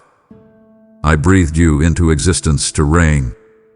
And tonight, the shift from surviving to sovereign activation begins. You are not going backward. Every broken path, every painful memory, every lonely valley, you will pass through them with a new posture. No longer scrambling for safety, but stepping into sovereignty. Dominion means authority. Dominion means that your voice carries weight. Your presence shifts atmospheres. Your faith moves mountains. Dominion is not given to the passive. It is activated in the surrendered. And you, beloved, have laid down your rights, your regrets, your excuses. You have lifted your heart in open hands. You have said yes when many others said no. Because of that, I am entrusting you with authority, not to lord over others, but to lead, to free, to heal, to break oppression, to push back darkness, to extend my kingdom in corners that have known nothing but stagnation. Your activation is not for show, it is sacred. Is charge you. It had a litter. I know the fear, the hesitation, the questions that arise in the small hours. Do I deserve this? Am I enough for what's coming? What if I fail? But, child, dominion is not dependent on perfection. It is dependent on my power in you. I am with you. I did not bring you here to watch you shrink. I brought you here to see you rise. And rising sometimes means being stretched beyond what you thought possible. But you are stretched because there is territory to take. There are voices to shift, chains to break, generational curses to dethrone. And this activation that's coming will be felt. More than you see it now, you will sense it, live it, breathe it. So stand up from survival. Raise your posture. Declare your territory. Let your worship be loud, your faith be fierce, your eyes be fixed. This night, I call you out of survival into sovereignty. I say not just survive but prevail. I say not just make it, but manifest. I say not just live but reign. Because I have prepared you for this moment. I have refined your spirit, polished your purpose, cleared your path. This is your activation hour. And you will walk in dominion, not as someone hoping for more, but as someone stepping into what I have already placed in you. What was once hidden, what was once just enough to survive, now becomes more than enough to reign. I have watched the enemy's eyes upon you. I have marked the intensity of what you face, the sharpness of what you carry, the way the resistance builds around you like electricity crackling in a storm. But understand this, resistance is not a sign you are off course. It is my seal upon you. It is my signature, confirming that you are dangerous to darkness. Hell would not waste effort on someone who meant nothing. The demons whisper and scheme because something powerful is forming in your life, something that will break chains, shift atmospheres, realign destinies. Resistance is your resume in the spirit. Think back to every time doors slammed, voices dismissed your calling, opportunities obstructed by unseen walls. Those moments of opposition were not setbacks. They are the evidence of my forming you for something so much bigger than you've yet dared to believe. They show that you've been noticed in unseen realms, that the darkness knows the weight of your assignment and is desperately attempting to divert you. But their plotting only lifts you higher, because every resistance you overcome builds strength, sharpens your resolve, establishes your authority. The very battles meant to break you are the ones that breathe proof of your purpose. Do not shrink back when the oppression presses. Do not doubt when it seems unfair, because resistance reveals what resides inside you. Inside you is unyielding faith. Inside you is holy fire. Inside you is the capacity to stand when others would be bowed. The resistance is not your cross to starve under. It is the platform under your feet for which I am about to elevate you. Let it be known. The fiercer the fight, the more significant the calling. You are not here by accident. I've placed you in the forge to be molded for dominion. Every scrap of opposition is a stroke of my hand branding you as chosen, essential, unshakable. So rise, child. Hold your head high. Speak with the voice I've breathed into you, not shrinking at threats, not trembling at dark whisperers. Your spectrum is wider than their shadows, your authority deeper than their fear. Let the resistance ring like a trophy, like a melody, reminding you of what you survived, who you are becoming, and how heaven has already prepared your throne. Your spiritual CV is written in the resistance. It's not an obstacle. It's overcomer's record. And because you have walked through, because you still believe, because you still fight with integrity and faith, I declare, you are unstoppable. The resistance has not weakened you, it's validated you. And what follows next will show the world that you weren't just making noise in the dark, you were making way. You waited long enough. You've asked for signs, looked for signals, yearned for moments to confirm that I'm still here, that I'm still moving, that you're still chosen. But I tell you now, you don't need another sign. This very moment, this very breath, this very tear in your eye, this surge inside your spirit, this is the sign. Your name has echoed through eternity. Before time was formed, before stars were kindled, I designed your story. I whispered your name. I ordained your path. And that place in my heart where your name is written, that place holds the proof. Do you realize that every longing you've carried, every prophecy you've held onto, every whisper of promise, they are all converging tonight? You thought the wait was too long. You thought you needed more validation. But child, what validation can top being known by me before you were born? What proofs appear to being crafted for purpose, placed for prominence, and prepared for warfare. I don't move anonymously. I don't call my own into the dark without a purpose. You are not in limbo. You are in the crossroads of now. Your name is not merely heard in your mind. It is echoed in the courts of the Spirit. The universe bends at my word, and your name is part of that word. So lift your voice, not to demand a sign, but to declare that you are the sign. Speak out. I am loved. I am favored. I am no. I am chosen. Let your lips carry the resonance of your name echoed in eternity. Let your faith rise in the recognition of what has already been done for you. Redemption, rescue, repositioning. Let your heart rest in my faithfulness, knowing that I never misplace a promise, never abandon a child, never delay my voice beyond purpose. The thunder you sought is already sounding in unseen realms. The scrolls have been written. The mandates have been placed. The anointing is active. And now, step. Not waiting. Not hoping. Not trembling at darkness. You don't need another confirmation because I have confirmed. Not another promise because I am fulfilling. Not another word because my word carries my name, and your name is carried with it. Let this moment be your landmark, when you stopped begging for signs and started walking in the fullness of what had already been declared. Let this be when the echo of your name in eternity became louder than any doubt. You are here. You are known. And what I have spoken over you is already in motion. So rise in your name. Rise in your purpose. Rise in the power I have placed within you. I have watched the enemy's eyes upon you.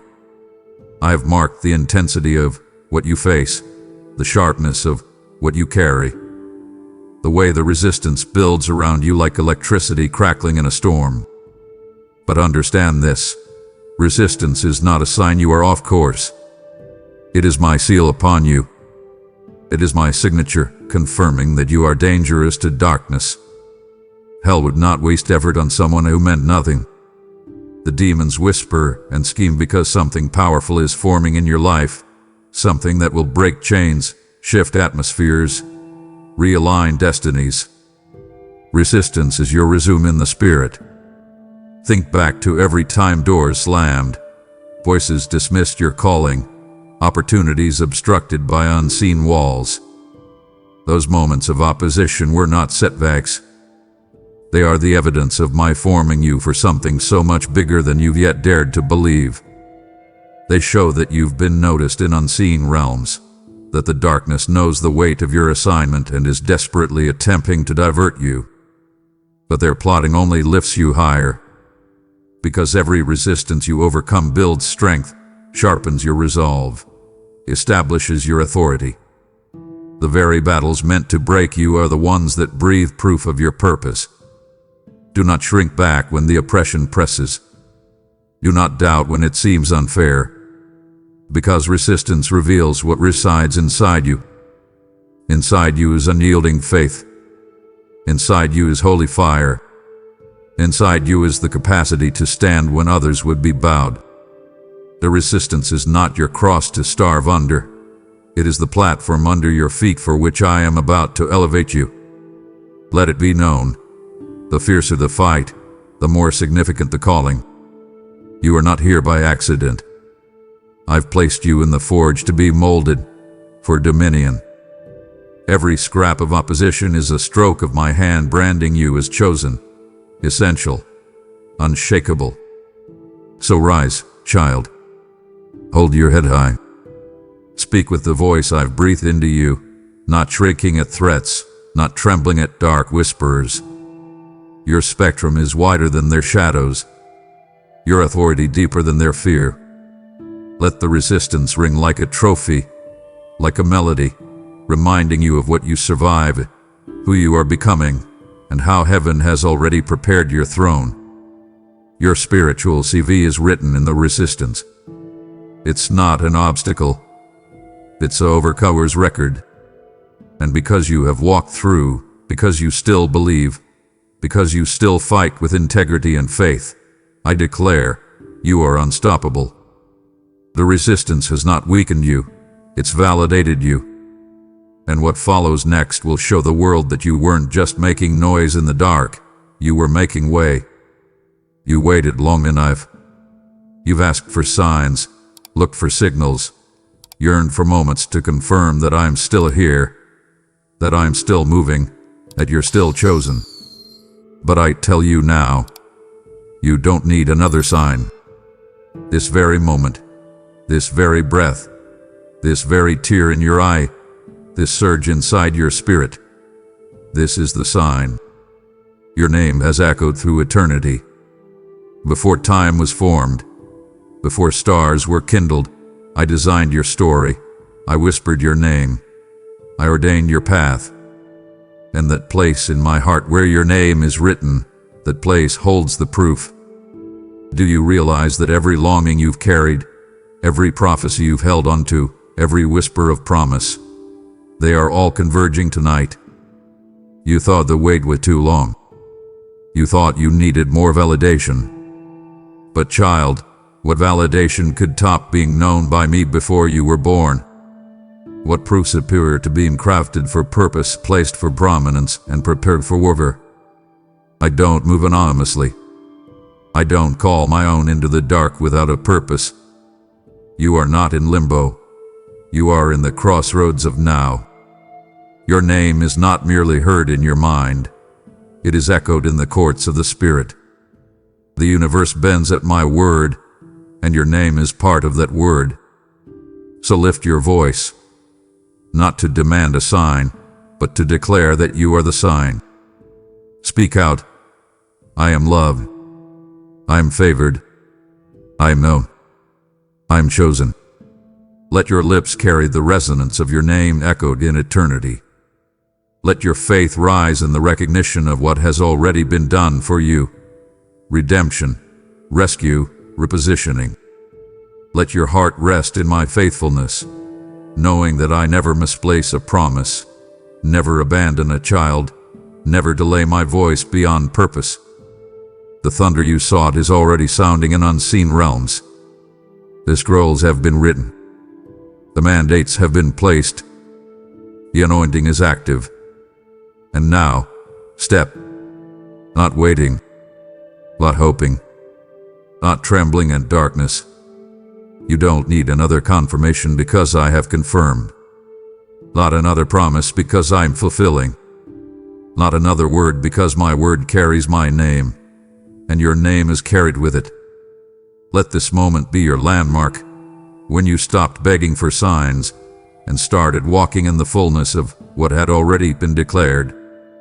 Let this be when the echo of your name in eternity became louder than any doubt. You are here. You are known. And what I have spoken over you is already in motion. So rise in your name. Rise in your purpose. Rise in the power I have placed within you. My child, remember when you wept in secret, when no hand held yours, when no voice whispered that your mourning mattered.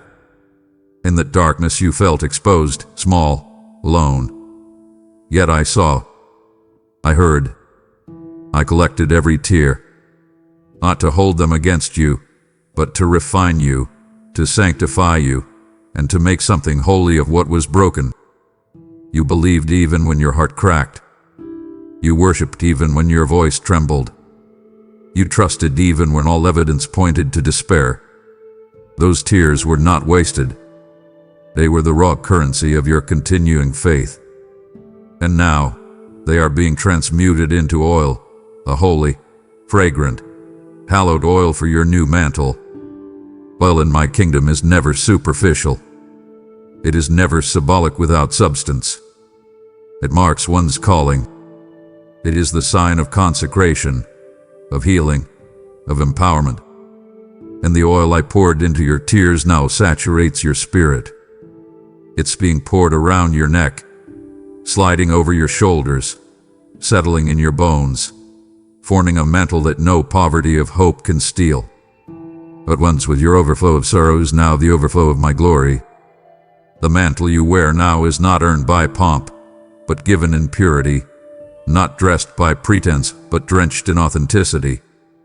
The tears you wept under shame and fear are now your crown of compassion, your garment of resilience. They are your power source. So do not despise what you cried over. Do not shrink from what felt like weakness. For I have used every lament to build strength. Every moment of weeping planted wells of empathy in your soul.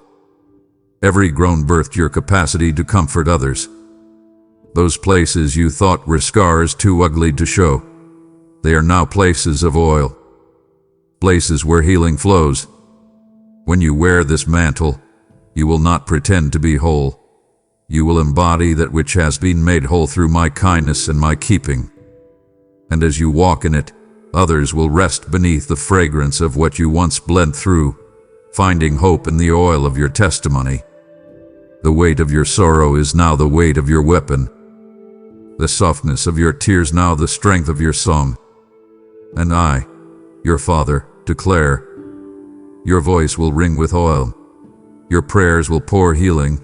Your presence will pour peace. Your life will pour purpose. Tonight, that mantle is being released. The oil over your life is being visible.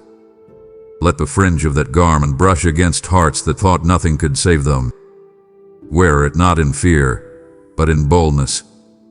You did not cry in vain. Every tear became oil, and now that oil becomes glory.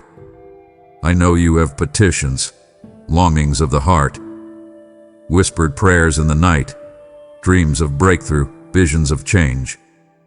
I see those prayers. I have heard them. I remember the moments you asked, and even the moments you were too afraid to ask. And here is my promise, what you didn't ask for. I'm preparing you to walk in it someday. Something greater than your imagination, beyond the outlines of what you believed possible. Something new, something unexpected. And what you did ask for, those things I see too, they are not forgotten. They are being positioned. I will be promoted in my perfect timing. You will feast on my favor in ways you already asked about, and in ways beyond what you could ask. Sometimes, in your longing, you believed that to receive what you prayed, everything would have to line up perfectly first: clarity, peace, confidence, acceptance. But my ways are higher. Sometimes I prepare greatness by bringing you through desperation. Sometimes your next promotion comes when your faith has become fierce, when your readiness is real, not just in dreams, but in character. That is why what you didn't ask for is being sown into your soul even now. I build capacity before I break barriers. I form strength before I found stages. I mold your inner man or woman so that when promotion comes, you carry not just titles, but testimonies. What you asked for is being promoted. What you didn't even dare ask, I'm weaving into the tapestry of your destiny. So rest in patience, beloved. Don't compare what you see in others with your current stage. Don't despair over delay. Each delay has weight. Each waiting season has worked in secrecy to prepare you for what is not only in your scope, but beyond it. I know the longing aches in your bones. I know the fatigue whispers that maybe nothing is coming. But I promise, the unseen unfolding is preparing a harvest you could only see in dreams. And those dreams pale to what I have planned. What you did ask for, I'm planting seeds. What you asked for, I'm flowering in my time. Rise then in hope, not because everything is visible, but because everything is promised. Rise not demanding, but believing. Rise not doubting, but expecting. Because in due time, promotion will come. What you asked for will be seen, and what you didn't ask for will catch you by surprise with my grace. This is your inheritance. This is your season of receiving. Stand ready. Step out. The fields are ready. The mantle is yours. The blessing is prepared. The glory is at hand. My child, remember when you wept in secret, when no hand held yours, when no voice whispered that your mourning mattered. In that darkness you felt exposed, small, alone. Yet I saw, I heard, I collected every tear, not to hold them against you, but to refine you, to sanctify you, and to make something holy of what was broken. You believed even when your heart cracked. You worshipped even when your voice trembled. You trusted even when all evidence pointed to despair. Those tears were not wasted. They were the raw currency of your continuing faith. And now, they are being transmuted into oil, a holy, fragrant, hallowed oil for your new mantle. Oil in my kingdom is never superficial. It is never symbolic without substance. It marks one's calling. It is the sign of consecration, of healing, of empowerment. And the oil I poured into your tears now saturates your spirit. It's being poured around your neck, sliding over your shoulders, settling in your bones, forming a mantle that no poverty of hope can steal. What once was your overflow of sorrow is now the overflow of my glory. The mantle you wear now is not earned by pomp, but given in purity, not dressed by pretense, but drenched in authenticity. The tears you wept under shame and fear are now your crown of compassion, your garment of resilience. They are your power source. So do not despise what you cried over. Do not shrink from what felt like weakness. For I have used every lament to build strength. Every moment of weeping planted wells of empathy in your soul. Every groan birthed your capacity to comfort others. Those places you thought were scars too ugly to show, they are now places of oil. Places where healing flows. When you wear this mantle, you will not pretend to be whole. You will embody that which has been made whole through my kindness and my keeping. And as you walk in it, others will rest beneath the fragrance of what you once bled through, finding hope in the oil of your testimony. The weight of your sorrow is now the weight of your weapon. The softness of your tears now the strength of your psalm. And I, your Father, declare, your voice will ring with oil. Your prayers will pour healing. Your presence will pour peace. Your life will pour purpose. Tonight, that mantle is being released. The oil over your life is being visible. Let the fringe of that garment brush against hearts that thought nothing could save them. Wear it not in fear, but in boldness. You did not cry in vain. Every tear became oil. And now that oil becomes glory. I know you have petitions, longings of the heart, whispered prayers in the night, dreams of breakthrough, visions of change. I see those prayers. I have heard them. I remember the moments you asked, and even the moments you were too afraid to ask. And here is my promise. What you didn't ask for, I'm preparing you to walk in it someday. Something greater than your imagination, beyond the outlines of what you believe possible. Something new, something unexpected. And what you did ask for, those things I see too, they are not forgotten. They are being positioned. They will be promoted in my perfect timing. You will feast on my favor in ways you already asked about, and in ways beyond what you could ask. Sometimes, in your longing, you believed that to receive what you prayed, everything would have to line up perfectly first.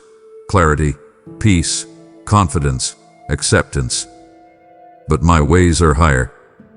Sometimes I prepare greatness by bringing you through desperation. Sometimes your next promotion comes when your faith has become fierce, when your readiness is real, not just in dreams, but in character. That is why what you didn't ask for is being sown into your soul even now.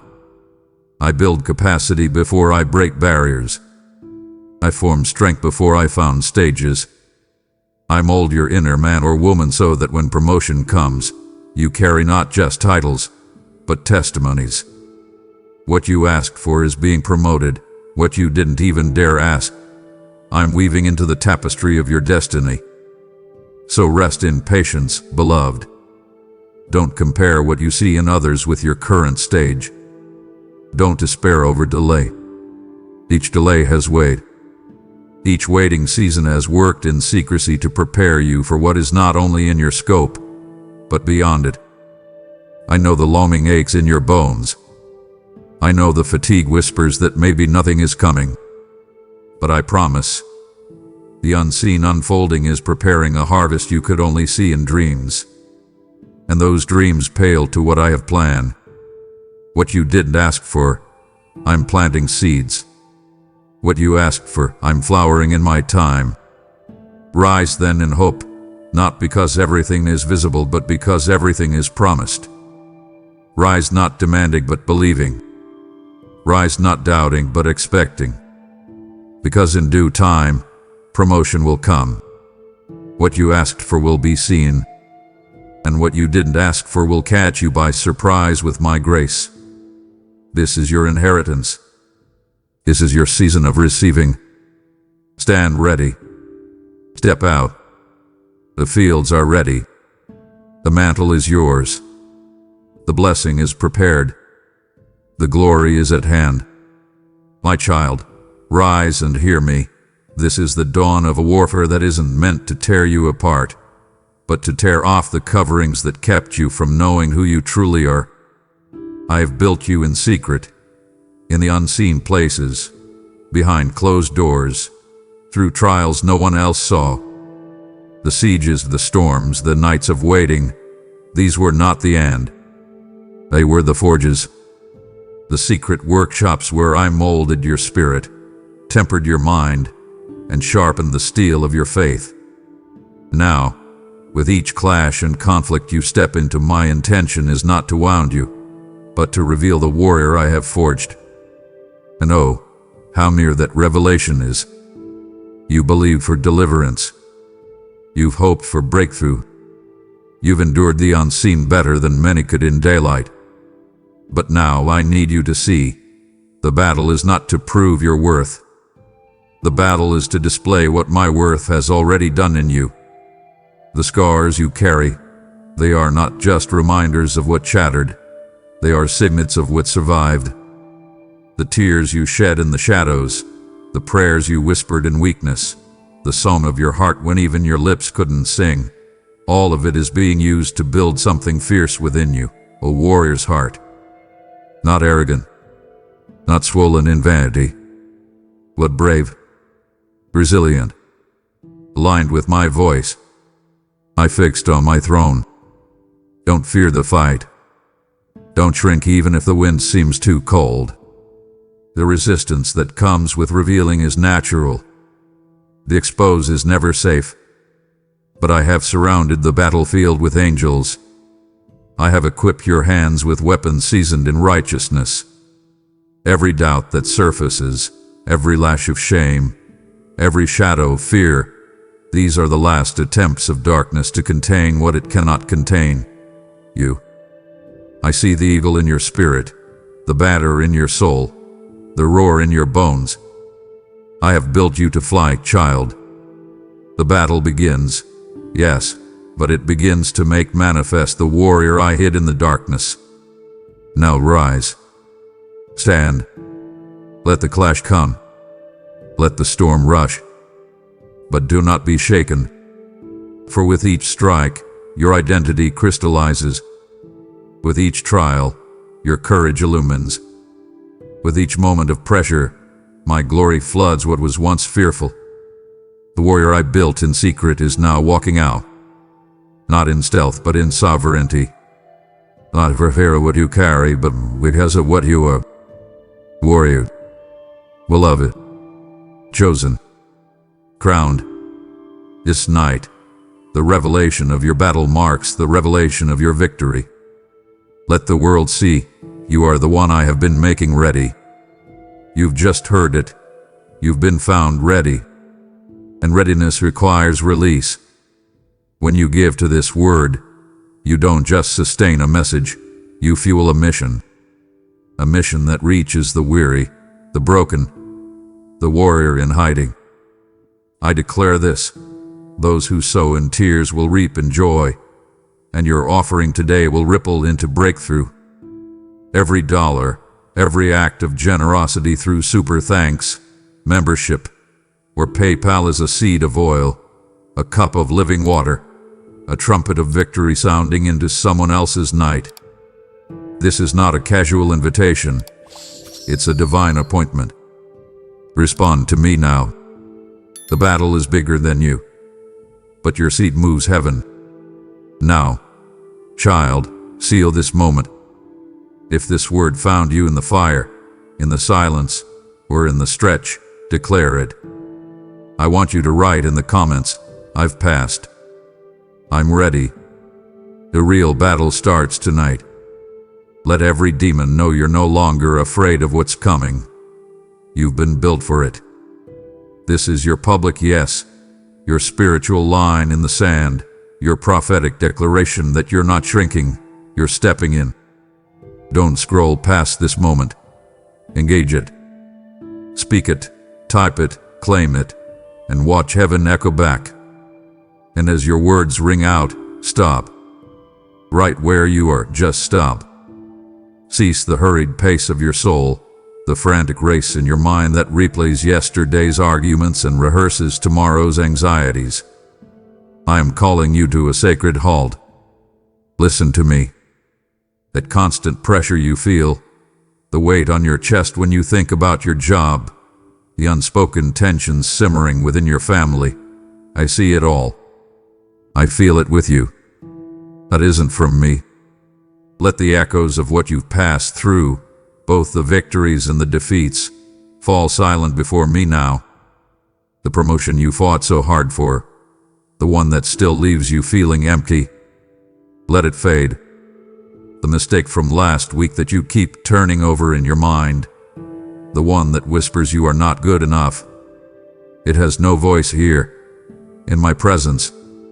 That is the past. Tonight, we are dealing with the now and preparing for what is to come. The world's demands can wait. Let the phone buzz. Let the emails pile up. Their urgency is an illusion, a temporary storm that distracts you from the eternal.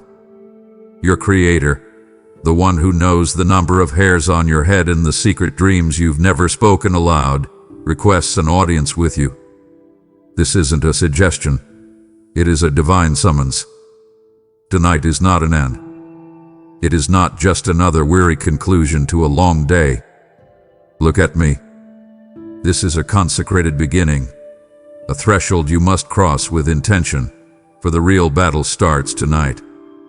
It is a quiet war, fought not in the world you see, but in the unseen realm of your heart and mind.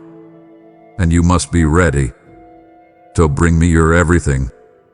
Do not filter it. Do not clean it up for me. Bring me the exhaustion you feel deep in your bones, the weariness that sleep cannot seem to fix. Bring me the small triumphs you held on to today, and the hidden fears that you are being overlooked, forgotten, or left behind. Give me that knot in your stomach that tightens whenever you think of the future. Hand it over. Lay it all at my feet, right now. In this quiet moment, this sacred pause between your past and your future, I will recalibrate your heart. Think of this as a deep breath for your soul. Breathe in. Feel my presence wrapping around you, a warmth that melts the tension in your shoulders.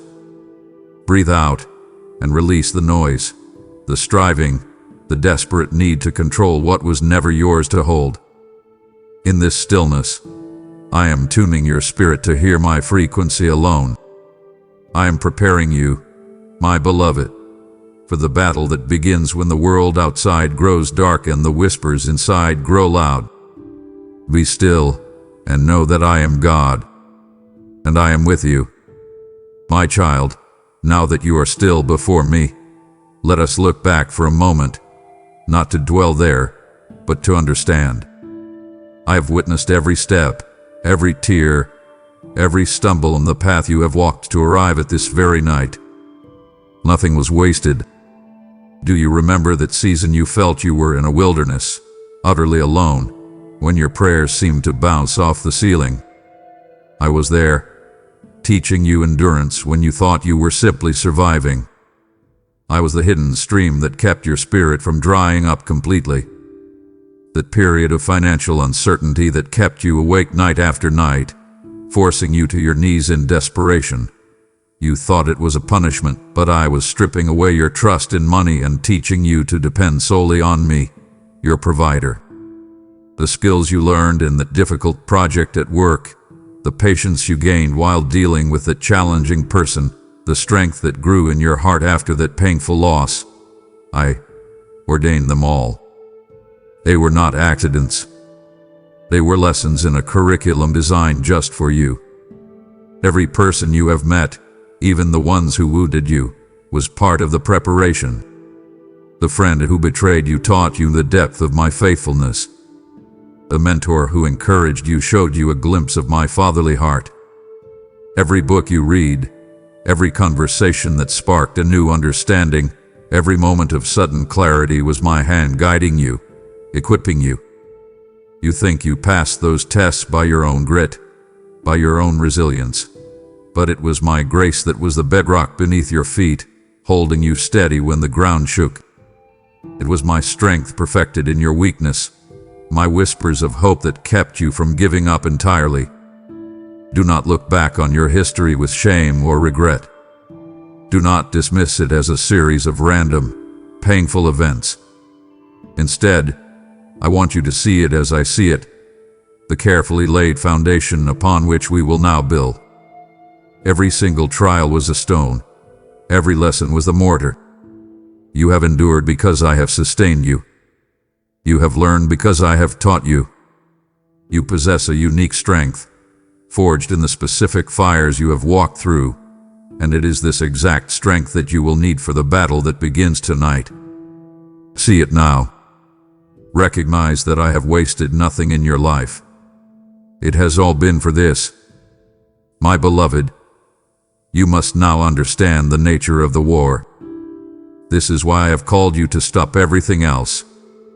The battle that starts tonight is not against the people or circumstances that frustrate you. Your struggle is not truly with your boss, your finances, or the family member who misunderstands you. Those are merely the battlefields, the visible arenas where the true conflict manifests. The real war, the one for which I have been preparing you, is not against flesh and blood. Worldly weapons, your intellect, your anger, your strategies for control, will be useless here. They will fail you. This is a war for your spirit. It is a battle for your focus, for your peace, and for the divine purpose I have placed on your life. The enemy will not come against you with a visible army. He will fight you with whispers. In the quiet of the night, he will remind you of your past failures. In the stress of the day, he will sow seeds of doubt about my goodness. He will use the accusation of another to make you question your worth. He will point to your weariness and call it proof of my absence. Do you understand, my child? Your primary battleground is your mind. Your victory will be secured in your heart. Every thought you entertain is a choice of allegiance. Will you believe his lies or my truth? The prize in this war is not an earthly treasure that will rust or fade. It is not a promotion, a bigger house, or the approval of others. The prize is a deeper, unshakable intimacy with me. It is the peace that guards your heart and mind even when the world around you is in chaos. It is the crown of eternal life, a joy that begins now and never ends. This is the great fight for your divine inheritance, the one I promised you from the very beginning, the one my son secured for you on the cross. The enemy wants to convince you to trade this priceless inheritance for a bowl of temporary comfort, for the illusion of control, or for the fleeting pleasure of self-pity. He wants you to be so distracted by the skirmishes in your daily life that you forfeit the war for your soul. Do not let him. Open your eyes. See the battle for what it is. It is a fight to believe that what I say about you is more real than how you feel or what your circumstances say. To enter this kind of battle, you must travel light. A soldier does not carry the weight of his civilian life into combat. Tonight, we must shed the unnecessary burdens you have been carrying for far too long. Let's start with the heaviest, the weight of your past regrets. That decision from years ago that still makes you flush with shame when you remember it. Release it to me now. It is a heavy, useless stone in your pack, and it is time to let it fall. You cannot fight for your future while you are still chained to your past. And now, let go of the offenses you hold against others. The person who wounded you, whose name still causes a flicker of bitterness in your heart. Your unforgiveness is not hurting them. It is a spiritual anchor, holding you in the heart of the storm, preventing you from moving forward. You must release them, not because they deserve it, but because your freedom depends on it. Cut the rope. Let the anchor drop. Next, you must cast off the cloak of pride. It is subtle, but you wear it often. It's the voice that whispers, "I can handle this on my own. I don't need help." My child, that is a lie forged in the pit of hell. You cannot fight this battle alone, and you were never, ever meant to. Your greatest strength in this fight is your admission of weakness, for it is then that my power can flow through you unhindered. Surrender your stubborn self-reliance. It is a false god, and with it, surrender your anxieties about the future. I know you are clutching them tightly. Your worries about your children, your finances, your health. You are trying to carry all of your tomorrows today, and the weight is crushing you. You must understand, I hold all of your tomorrows in my hands. Give them to me. Finally, discard the idols of comfort and control you have relied upon. Your predictable routine, your carefully planned schedule, the approval you seek from others, these have been your flimsy shelters. But they will provide no protection in this war. Tonight, be stripped of it all. Be clothed only in my mercy and in the true identity I have given you, my beloved, forgiven, and empowered child. Now that you are unburdened, you are ready to be commissioned. Do you hear me, my child? This battle is not a punishment for your past. It is not a random trial you must endure. It is a divine appointment. I am officially commissioning you for a greater purpose. This is your anointing. It is not a ceremony with oil and robes. It is a sacred transaction happening right here, right now, in the quiet of your soul. I am anointing you for the work ahead. First, I am anointing your eyes. Where you once saw problems, you will now see my purposes unfolding. I am giving you the spiritual sight to see beyond the angry email, the unexpected bill, or the difficult diagnosis, and to perceive the deeper spiritual reality at play. You will see the enemy's strategy, and you will see my hand moving. Second, I am anointing your ears. The world screams for your attention with its anxieties, its temptations, and its accusations. But I am tuning your spiritual ears to hear my whisper above the clamor. You will learn to distinguish my voice of truth from the hiss of the serpent's lies. My guidance will become clear to you. Third, I am anointing your heart with a fresh fire. The disappointments of life may have left your spirit weary and your passion for me feeling like dull embers. But tonight, I breathe on those embers, and they will burst into a holy flame, a burning passion for my righteousness, my truth, and my presence. This fire will consume your apathy and fear. Fourth, I am anointing your hands. The very hands that have felt weak, tired, and incapable. I am now consecrating them for the work I have specifically prepared for you.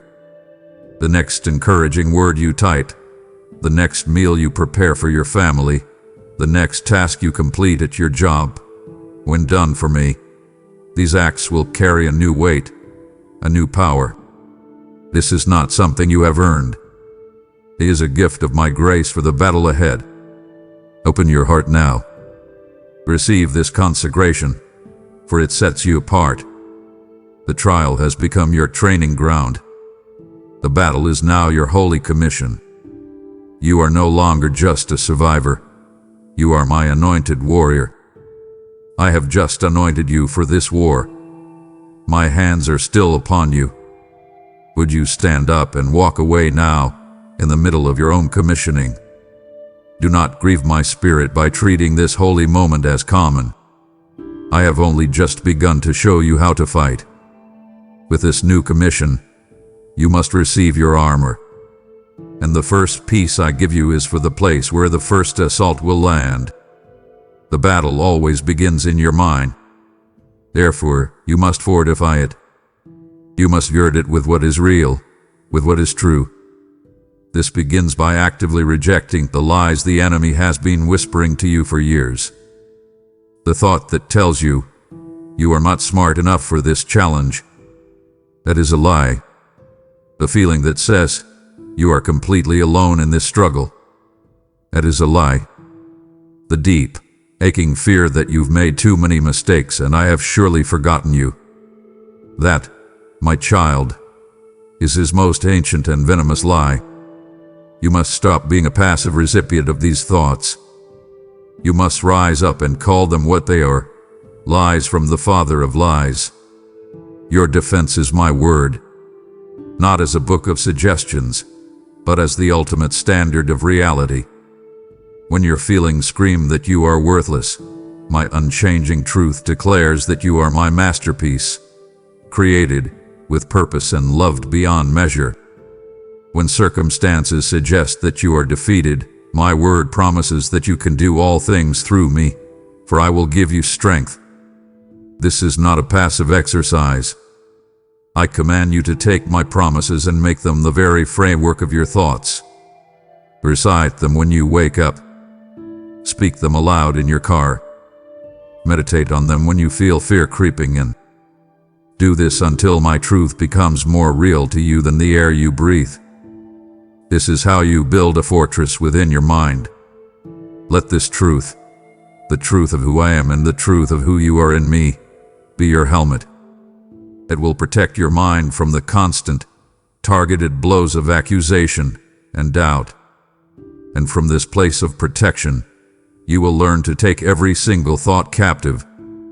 When a thought of fear, anxiety, or despair tries to enter your mind, you will not let it build a stronghold. You will capture it. You will challenge it. You will hold it up to the blinding light of my truth and you will command it to bow before me. This is the discipline. This is the fight. Your mind is the gateway to your soul, my child. Guard it with everything you have, using the indestructible truth I have given you. Now that we have fortified your mind with truth, we must guard the next most vulnerable place, your heart. Everything you do flows from it. It is the core of your being, the wellspring of your emotions, your desires, and your will. The enemy knows this, which is why he aims his most insidious attacks here. Therefore, you must protect it. I am giving you a breastplate, the breastplate of righteousness. Now listen closely, my child, for this is where many misunderstand. This righteousness is not your own. It is not something you achieve by trying harder to be a good person, by checking off a list of religious duties, or by comparing your good deeds to someone else's failures. Your own efforts at goodness, no matter how sincere, are like armor made of paper against the onslaught you are about to face. They will be shredded in an instant. The righteousness I speak of is a gift, purchased for you by the perfection of my Son. When you came to me, I took your sin and I gave you his perfection. It is a divine exchange. This breastplate is his flawless record, and I have fastened it upon you. It covers your heart, not because you are perfect, but because He is, and you are in Him. To wear this breastplate means to live in a way that is worthy of the gift. It means making moment-by-moment choices that honor my name. It is the choice to tell the truth on your application when a small lie would make you look better. It is the decision to show grace to your spouse when every fiber of your being wants to retaliate with a sharp word. It is the commitment to integrity in your work, even when no one is watching and you could easily cut corners. These choices are you, living out the reality of the righteousness I have already given you. But hear me in this, because this is crucial for the real battle. You will stumble. You are still human, and you will make choices that dishonor me. You will fail. And in that moment of failure, the enemy, the accuser, will be there instantly, hissing in your ear, "Hypocrite, look at you. That breastplate is a lie. You are a fraud. You are unworthy." This is his primary strategy, to get you to remove the very armor that protects you. Do not listen to him. Do not lie in the mud of condemnation. The moment you fall, run. Do not walk immediately to my grace. My righteousness is not revoked by your failure. Confess your sin to me, receive my forgiveness, and get back up. A pure heart is not a heart that never sins. It is a heart that is wholly and completely mine. A heart that, when it strays, turns back home to me without hesitation. This loyalty, this fierce and humble dependence on my grace, is the very core of your being. It is a fortress the enemy cannot breach.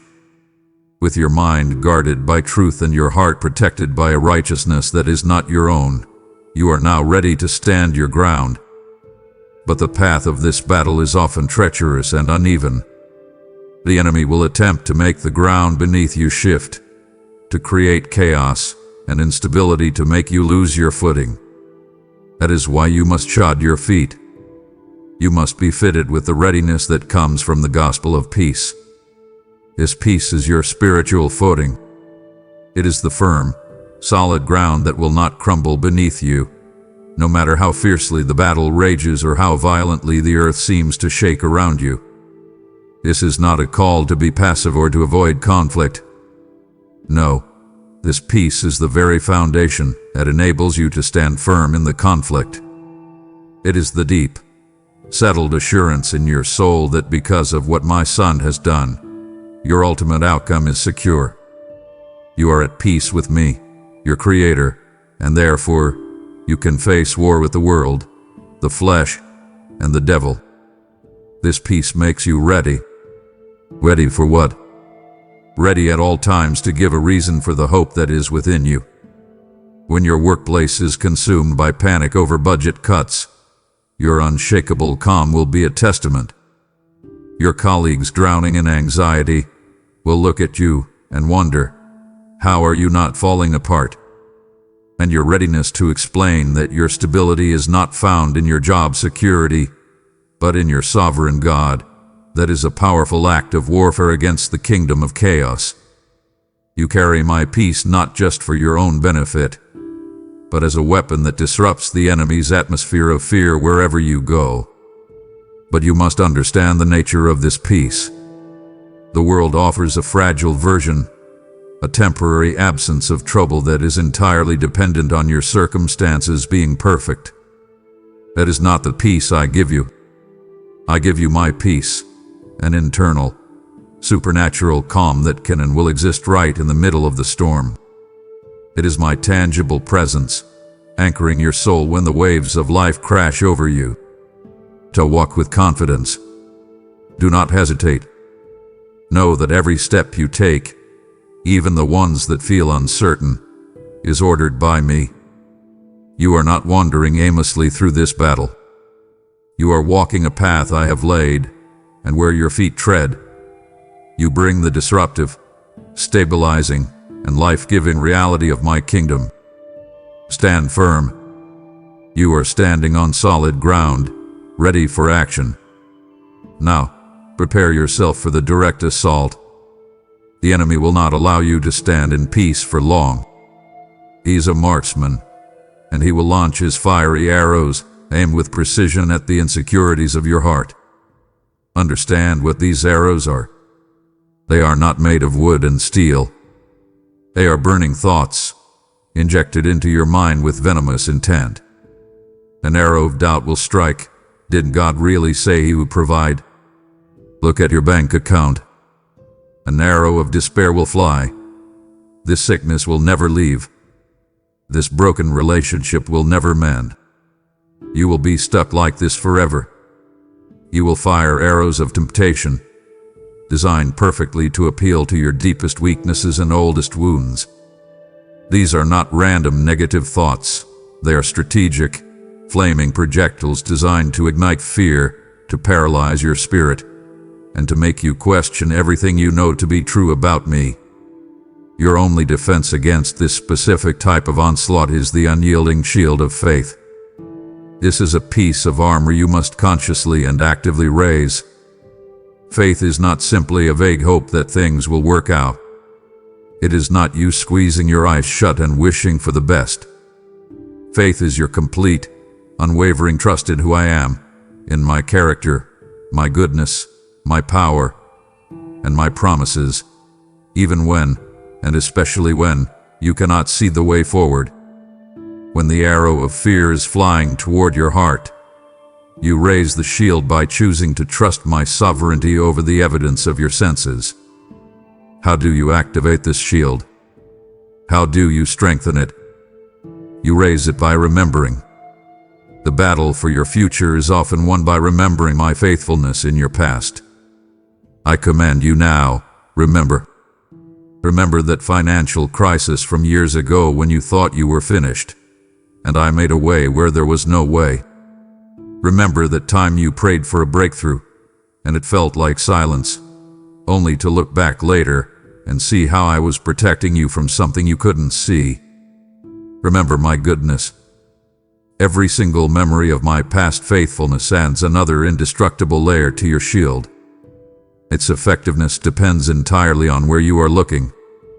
If you fixate on the size of the flame on the arrow flying toward you, your shield will feel impossibly heavy and small. You must look past the arrow and focus on me, the one who commands the fire and the storm. Raise your shield, my child. Trust not in the strength of your own arm to hold it, but in the character of the one in whom your faith is placed. You have your helmet protecting your mind. You have your breastplate guarding your heart. You are standing firm on the gospel of peace, and you hold the shield of faith to defend against every attack. You are fully protected. But I have not called you to a life of passive defense. I have not called you to simply cower behind a shield for the rest of your days. I have called you to advance against the darkness, to take back the ground the enemy has stolen. For this, you need a weapon. I have given you one, and only one, offensive weapon, the sword of the Spirit, which is my word. But listen to me, my beloved.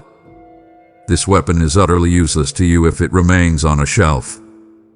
The sword is not the leather-bound book in your room. It is my truth, live and active, spoken from your mouth in the power of my Spirit. It is a living weapon, sharper than any double-edged sword, so precise it can divide soul from spirit, joint from marrow. It exposes the deepest thoughts and intentions of the heart, and it is the only thing that can make the enemy flee in terror. Here is how you wield it. You do not simply read my word, you absorb it. You memorize the scriptures that speak directly to your specific struggles. You meditate on them, turning them over and over in your mind until they become a part of your very being. And then, at the moment of assault, you must speak it aloud. There is supernatural power released when my truth is declared into the atmosphere by my child. When the lie of anxiety attacks you, saying, "You are consumed by worry and have no peace," you do not argue with it. You draw your sword and you counterattack by declaring aloud, "The Lord has not given me a spirit of fear, but of power, love, and a sound mind. I will not be anxious about anything. When the fiery arrow of condemnation comes, reminding you of your past sin, you cut it down by proclaiming, "There is therefore now no condemnation for me, because I am in Christ Jesus. I'm a new creation." Look to my Son, your King, for the perfect example. When he was tempted in the wilderness, he did not engage in a philosophical debate with the devil. He met every single lie with the spoken word. It is written. This is your model. This is your strategy. The power is not in the ink on the page. It is in the very Spirit who inspired it and who now lives in you, ready to empower your words and turn them into a weapon of divine might. Take up your sword. Open your mouth and speak my truth into the darkness. I have placed the sword of my Spirit, my very word, into your hand. It pierces my heart when my children are given the weapon of their victory, only to lay it down before I have revealed the most crucial strategies for its use. Do not turn from me now. You must learn how to wield what I have given you. You are now fully armed. You have your defensive armor and your offensive weapon. But a soldier, no matter how well equipped, is defeated if he loses communication with his commander. This is the absolutely crucial role of prayer. I need you to completely revolutionize your understanding of it. Prayer is not a religious duty you perform in the morning. It is not a last resort you turn to when all your own plans have crumbled. And it is not a formal speech you must craft and perfect before you present it to me. Prayer, in this battle, is your primary, constant, open line of communication with your Heavenly Father, the General of the angel armies. It is your vital connection to command headquarters. I tell you a great truth. The battle is won on your knees in prayer long before it is ever fought on your feet out in the world. Your time in prayer is where strategy is given, where strength is renewed, and where victory is secured. I am calling you to an existence of constant prayer, a running conversation with me that becomes the background music of your entire day. This is not as complicated as it sounds. When you are driving to work and you feel that familiar anxiety creeping in, that is your call to prayer. Whisper, "Father, I give this fear to you. Give me your peace." When you receive an email that angers you, that is your call to prayer. Silently pray, "Lord, guard my tongue. Help me to respond with your wisdom, not my flesh." When you see something beautiful, that is your call to prayer. Whisper, "Thank you, Father, for this glimpse of your goodness. Involve me in everything." Prayer is also where you must learn to listen. It is not a monologue where you present your list of demands. After you have poured out your heart to me, be still. Quiet your mind and listen. For it is in the stillness of prayer that I will reveal my strategy for your battle. I will give you a sudden insight for that problem at work. I will bring a person to mind whom you need to forgive. I will impress upon your heart the specific lie you need to fight with my word. It is through this channel of prayer that you draw upon my infinite resources. Your strength is finite, mine is infinite. Your wisdom is limited, mine is boundless. Prayer is the holy conduit through which my infinite supply becomes your present-day reality. Never underestimate its power. Your prayers move my heart and they move my hand. As you pray, as you open that divine channel of communication, I want you to understand that you are not speaking into an empty void or across a vast distance. You are communing with me through the very Spirit I have placed inside you to be your constant companion and your ultimate advantage in this battle. Before my Son ascended into heaven, he made the most profound promise. He would not leave you as orphans, helpless and alone in a world that is often hostile to my ways. That was a sacred vow, my child, and I have kept it. The Holy Spirit, the Comforter, my very own Spirit, now dwells within the temple of your being. He is not a distant, impersonal force or some mystical energy. He is a person, and he is closer to you than your own breath.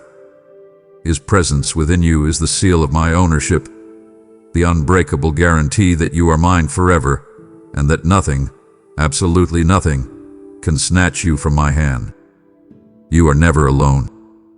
That feeling of abandonment that sometimes haunts you in the quiet hours is a lie from the enemy, because my presence has taken up permanent residence within you. You must learn to recognize his voice and his work. He is your counselor. When you face a decision, big or small, and you feel that gentle nudge in your spirit, that quiet sense of this way, not that way, that is him. He provides wisdom beyond your own understanding. He is your advocate. When the accuser whispers your failures and tries to drown you in condemnation, it is the Holy Spirit who rises up within you, reminding your heart of the truth that you are forgiven, cleansed, and stand righteous before me because of the cross. He is your comforter. When sorrow overtakes you, and grief is a physical weight upon your soul, his presence is a tangible solace, a supernatural peace that wraps around your breaking heart. He is the source of all the supernatural power you will need for this fight. The strength to love someone who has deeply wounded you, the ability to forgive the unforgivable, the perseverance to keep going when your body and mind are screaming at you to quit. That is not your own willpower. That is his resurrection power flowing through your human weakness. Your part in this battle is to learn to be sensitive to him. Stop striving in your own frantic strength. Quiet your soul and listen for his gentle guidance. Surrender your plans, your will, and your fears to him, moment by moment. He will lead you into all truth, and he will guide you into the victory I have already secured for you. My child, the same Holy Spirit that I have sealed within you now yearns to be poured out upon the nations. If you have felt the comfort of my Spirit through these words, know that this is your divine appointment to partner with his work. Your gift becomes a vessel, sending this fire to ignite a heart that has grown cold and bringing my voice to a soul drowning in silence. I declare over you now my living word. Give, and it will be given to you, pressed down, shaken together, and running over.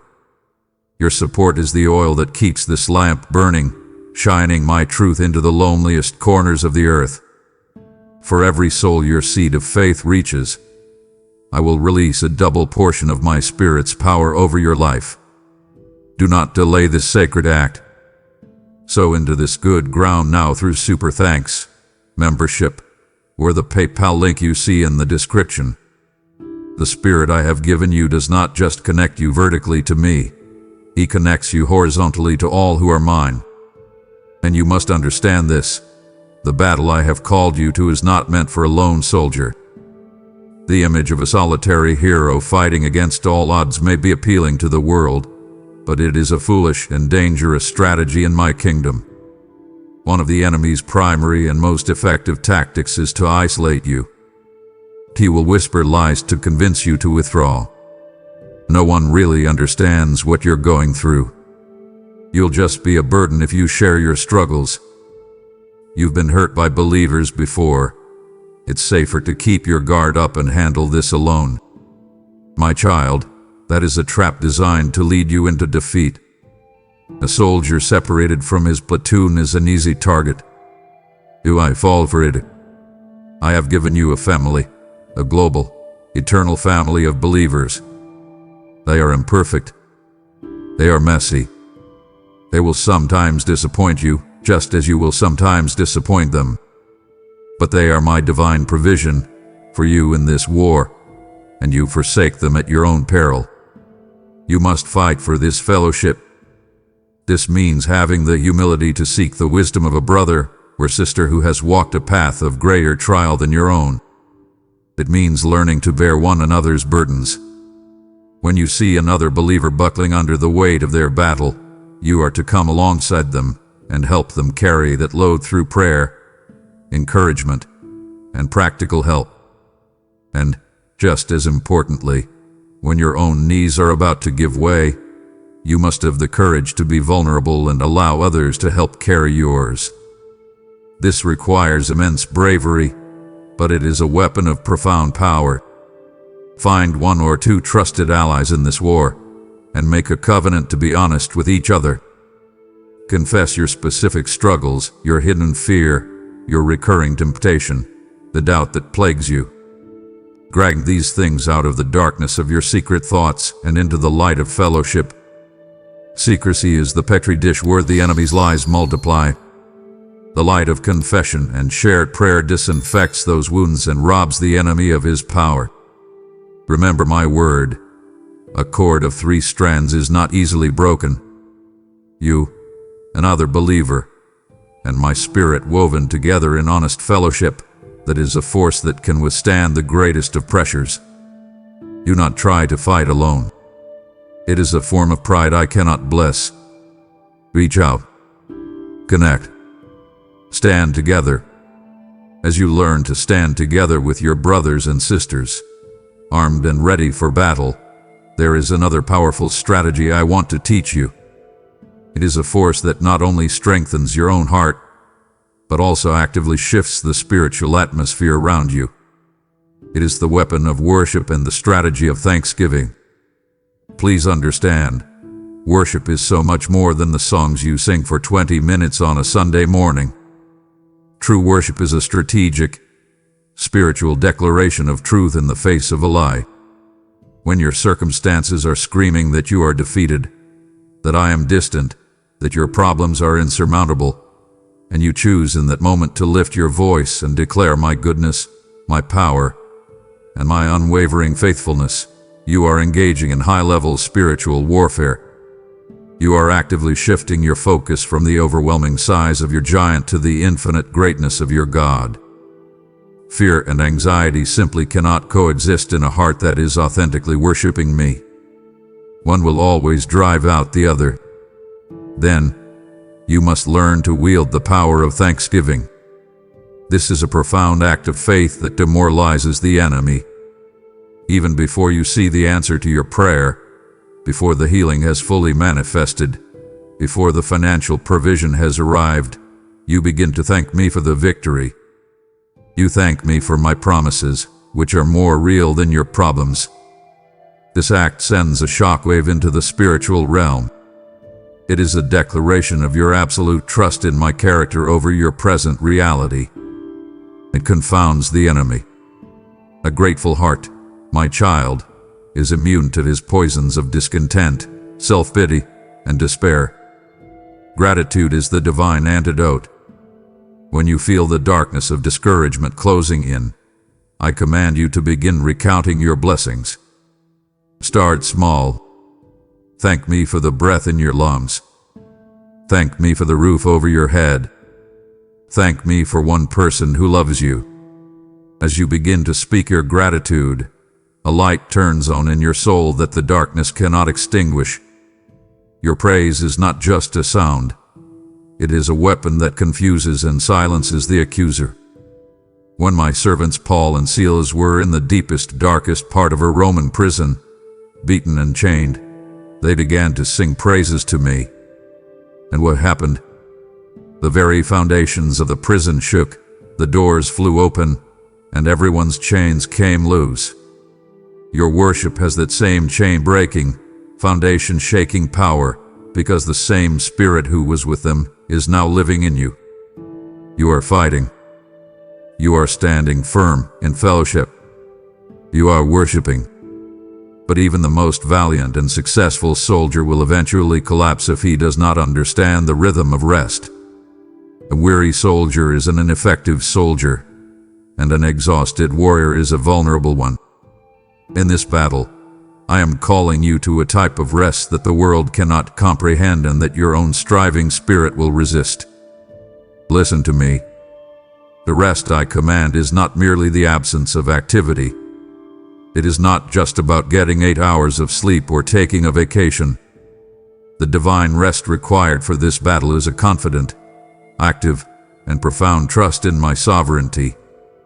It is an internal state of being that you can carry into the most chaotic moments of your life. I built this rhythm into the very fabric of creation. I worked for 6 days, and on the 7th, I rested. I commanded you to observe the Sabbath, not as a heavy, legalistic burden to weigh you down, but as a weekly, life-giving gift to set you free. The Sabbath is your opportunity to practice the art of divine rest. It is your weekly declaration to yourself, to your family, and to the spiritual realm that your world will not fall apart if you stop trying to hold it together with your own 2 hands for 24 hours. It is an act of trust, a statement that you believe I am the one who truly sustains your life, your career, and your family, not your own frantic efforts. The essence of this divine rest is to cease from your own striving. It is to learn to let go of the obsessive need to control every outcome. It means you work diligently at the tasks I have given you, and then you release the results fully into my capable hands, refusing to let worry and anxiety consume you. It is the art of working from a place of rest, not working in order to finally get to a place of rest. And you can find this place even in the heat of battle. When you are in a stressful meeting, when you are dealing with a crisis at home, you can access this quiet center. Take 60 seconds. Close your doors. Breathe deeply. And consciously hand the entire situation over to me. Remind your soul that I am on the throne, that I am in control, and that you are utterly and completely safe in my presence. True spiritual strength is not found in relentless, anxious activity. It is found and replenished in the quiet, confident rest of my embrace. We have come so far. I have opened my heart to you, sharing the secrets of my spirit, my family, and my own divine rest. Does it not grieve you to imagine leaving your Father's presence mid-sentence? I must now warn you of the enemy's schemes. Stay and listen. My heart yearns for your protection. As you learn to fight this battle from a position of divine rest, you must also learn to be wise and discerning. A good soldier does not just know his own strengths, he diligently studies the tactics of his enemy. You must be sober-minded and watchful. Your adversary, the devil, is not a mindless brute. He is a cunning strategist, and he uses schemes and tactics he had been perfecting since the dawn of time. You must know them so that you will not be outwitted. First, understand his primary posture. He prowls around like a roaring lion, seeking someone to devour. The roar is his first weapon. It is the sound of intimidation. He will roar at you with thoughts of overwhelming fear, with images of worst-case scenarios, with feelings of impending doom. He wants to paralyze you with terror so that you are too afraid to even raise your shield or draw your sword. You must remember this. He is a defeated foe. His roar is loud, but he has been defanged by the cross. He can only devour those who are paralyzed by his intimidation. Second, you will always concentrate his attack on your area of greatest weakness. He is a student of your life. He is what you. He knows your oldest wound, your deepest insecurity, your most persistent temptation, and that is where he will strike. If your weakness is a quick temper, he will orchestrate frustrating circumstances and bring irritating people across your path. If your weakness is the need for human approval, he will send critics to tear you down. You must be brutally honest with yourself about your own vulnerabilities. Know them, confess them to me, and post a double guard there. Third, and this is one of his most dangerous tactics, he often masquerades as an angel of light. He does not always come with horns and a pitchfork. Often, he comes with a suggestion that seems good, reasonable, and even wise. A great career opportunity that will require you to compromise your integrity and abandon your family. A piece of helpful advice from a friend that is actually a seed of doubt against my character. You must learn to use the discernment of the Holy Spirit to test every thought and every opportunity. Does it produce peace and freedom, or anxiety and bondage? Does it align with my word, or does it subtly contradict it? Finally, his grand strategy is always to divide and conquer. He knows there is exponential strength in unity, so he will do everything in his power to cause strife between you and your spouse, to sow discord in your church, to tempt you to feel jealous of a friend's blessing. He wants to isolate you. You must resist this at all costs. Fight for unity. Forgive quickly. Love fiercely. And recognize the enemy's attempt to divide you for the ancient, wicked tactic that it is. And knowing the enemy's tactics is one thing, my child. Outlasting him is another. This battle that begins tonight is not a brief, fiery skirmish that will be over by morning. You must prepare your heart for a marathon, not a sprint. The great victory in this war often goes not to the swiftest or the most gifted, but to the one who simply refuses to quit. This is the virtue of holy endurance, and I must instill it in you. Please do not hear this and be discouraged. Hear this and be prepared. Endurance in my kingdom is not the grim, joyless, white-knuckle survival the world practices. It is an active, hope-filled perseverance that is empowered every moment by my spirit within you. It is the spiritual muscle that separates those who start the race with enthusiasm from those who cross the finish line with their faith intact. This muscle is not developed in times of ease. It is forged only in the fires of trial. This is why my word commands you to consider it pure joy when you face trials of many kinds. I know how impossible that sounds to your human ears. How can you be joyful when your heart is breaking, when your body is in pain, or when your life feels like it's falling apart? Listen to me. The joy is not in the pain itself. The joy is found in the certain knowledge of what the pain is producing. You can be joyful because you know that this very trial, this specific testing of your faith, is developing something priceless and eternal within you: steadfastness. It is a strength of character that cannot be grown any other way. There will be days, I promise you, when you will want to give up. The battle will feel relentless, your progress will seem non-existent, and the weariness will feel like a physical weight on your soul. The temptation to stop praying, to stop believing, to stop fighting for holiness will be immense. In those moments, you must recall this conversation. You must hear my voice telling you, do not grow weary in doing good, for at the proper time you will reap a harvest if you do not give up. The harvest of peace, of joy, of righteousness is absolutely certain, but it is conditional upon your endurance. My son endured the cross for the joy that was set before him. You must endure the battle for the joy that I have set before you. When your strength is gone, when you feel you have nothing left to give, that is the most glorious moment. For it is in the precise moment of your weakness that my power is made perfect and complete in you. My grace is not a one-time gift at salvation. It is your daily, hourly, moment-by-moment supply of supernatural strength to continue. Stop trying to endure in your own power. Lean your full weight on me. My grace is sufficient for you. As you endure this long battle, your flesh will scream at you to fight with the world's weapons.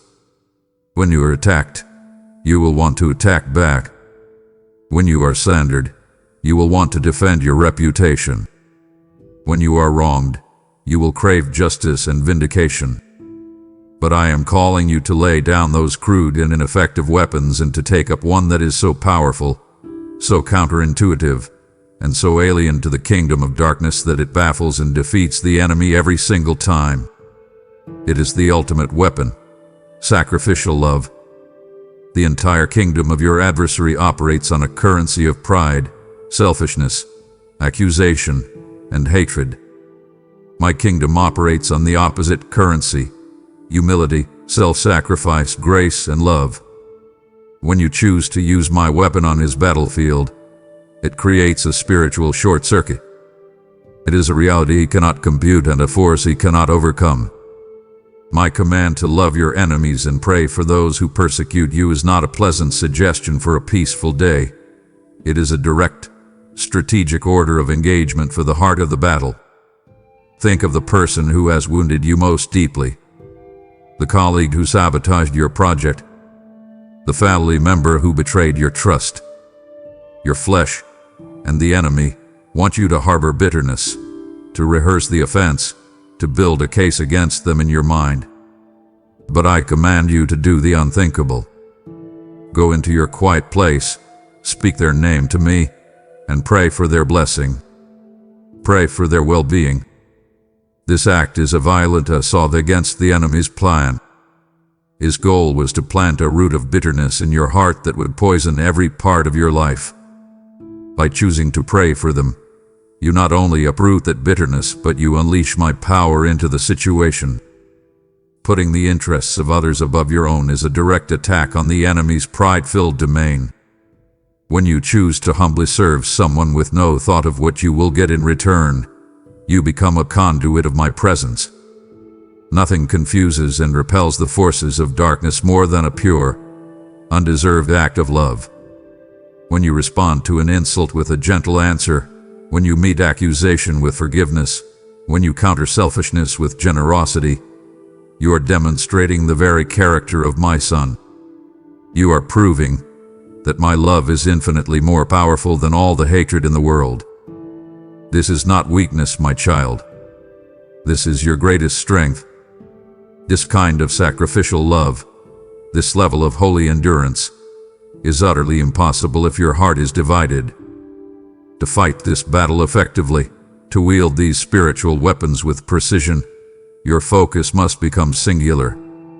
Your allegiance must be absolute and undivided. My Son made this explicitly clear. You cannot serve two masters. You will inevitably love one and hate the other. You cannot serve me and your career. You cannot serve me and your desire for financial security. You cannot serve me and your need for comfort. You cannot serve me and your addiction to the approval of others. One will always be your true master, the one whose voice you obey in a crisis, and the other will be betrayed. Every morning, from this night forward, you must consciously choose whom you will serve that day. I want you to fix your eyes on Jesus. Remember the story of my disciple, Peter. When his gaze was locked on my Son, he did the impossible. He defied the laws of nature and walked on the churning waves of a chaotic sea. He was secure. But the moment he took his eyes off Jesus, the moment he focused on the strength of the wind and the size of the waves, the reality of his circumstances, he began to sink into the chaos. Your life is no different. As long as your primary focus is on me, you will walk in supernatural peace above the chaos of your life. The moment you shift your focus to the size of your problems, the instability of the economy, or the opinions of people, you will begin to sink into a sea of fear and anxiety. A person with a divided heart is unstable in everything they do. They are tossed back and forth like a wave of the sea, blown and driven by the wind. One day they are full of faith, the next they are crippled by doubt. I am calling you out of that instability and into a place of solid, unwavering focus. I am asking you to simplify your life. Look with an honest heart at your schedule, your habits, and your ambitions. What are the distractions that consistently pull your heart and your gaze away from me? The endless, mindless scrolling on your phone that numbs your spirit. The relentless pursuit of more possessions that promises a security it can never deliver. The obsession with a hobby or a form of entertainment that leaves no time or energy for me. I am calling you to prune away the things that are not essential, the things that are choking your spiritual life, so that you can bear more fruit for me. A focused spirit is a powerful spirit. This singular focus, this undivided heart, is only attainable and sustainable through a spirit of deep and genuine humility. Pride is the native language of the enemy's kingdom. It is the air he breathes and the foundation upon which his throne is built. Humility is the native language of my kingdom. To win this war, you must become fluent in it. Pride is the source of all defeat. It is the subtle voice in your heart that whispers, "I accomplished this through my own hard work." It is the defensive instinct that rises up when you are criticized. It is the part of you that is quick to point out the faults of others and slow to admit your own. Humility, on the other hand, is the soil in which all victory grows. Humility is the spirit that genuinely recognizes that every good thing you have, every victory you win, every ounce of strength you possess, is a pure gift from me, achieved by my grace working through you. It is not false modesty, it is radical honesty. Let me make this intensely practical for you.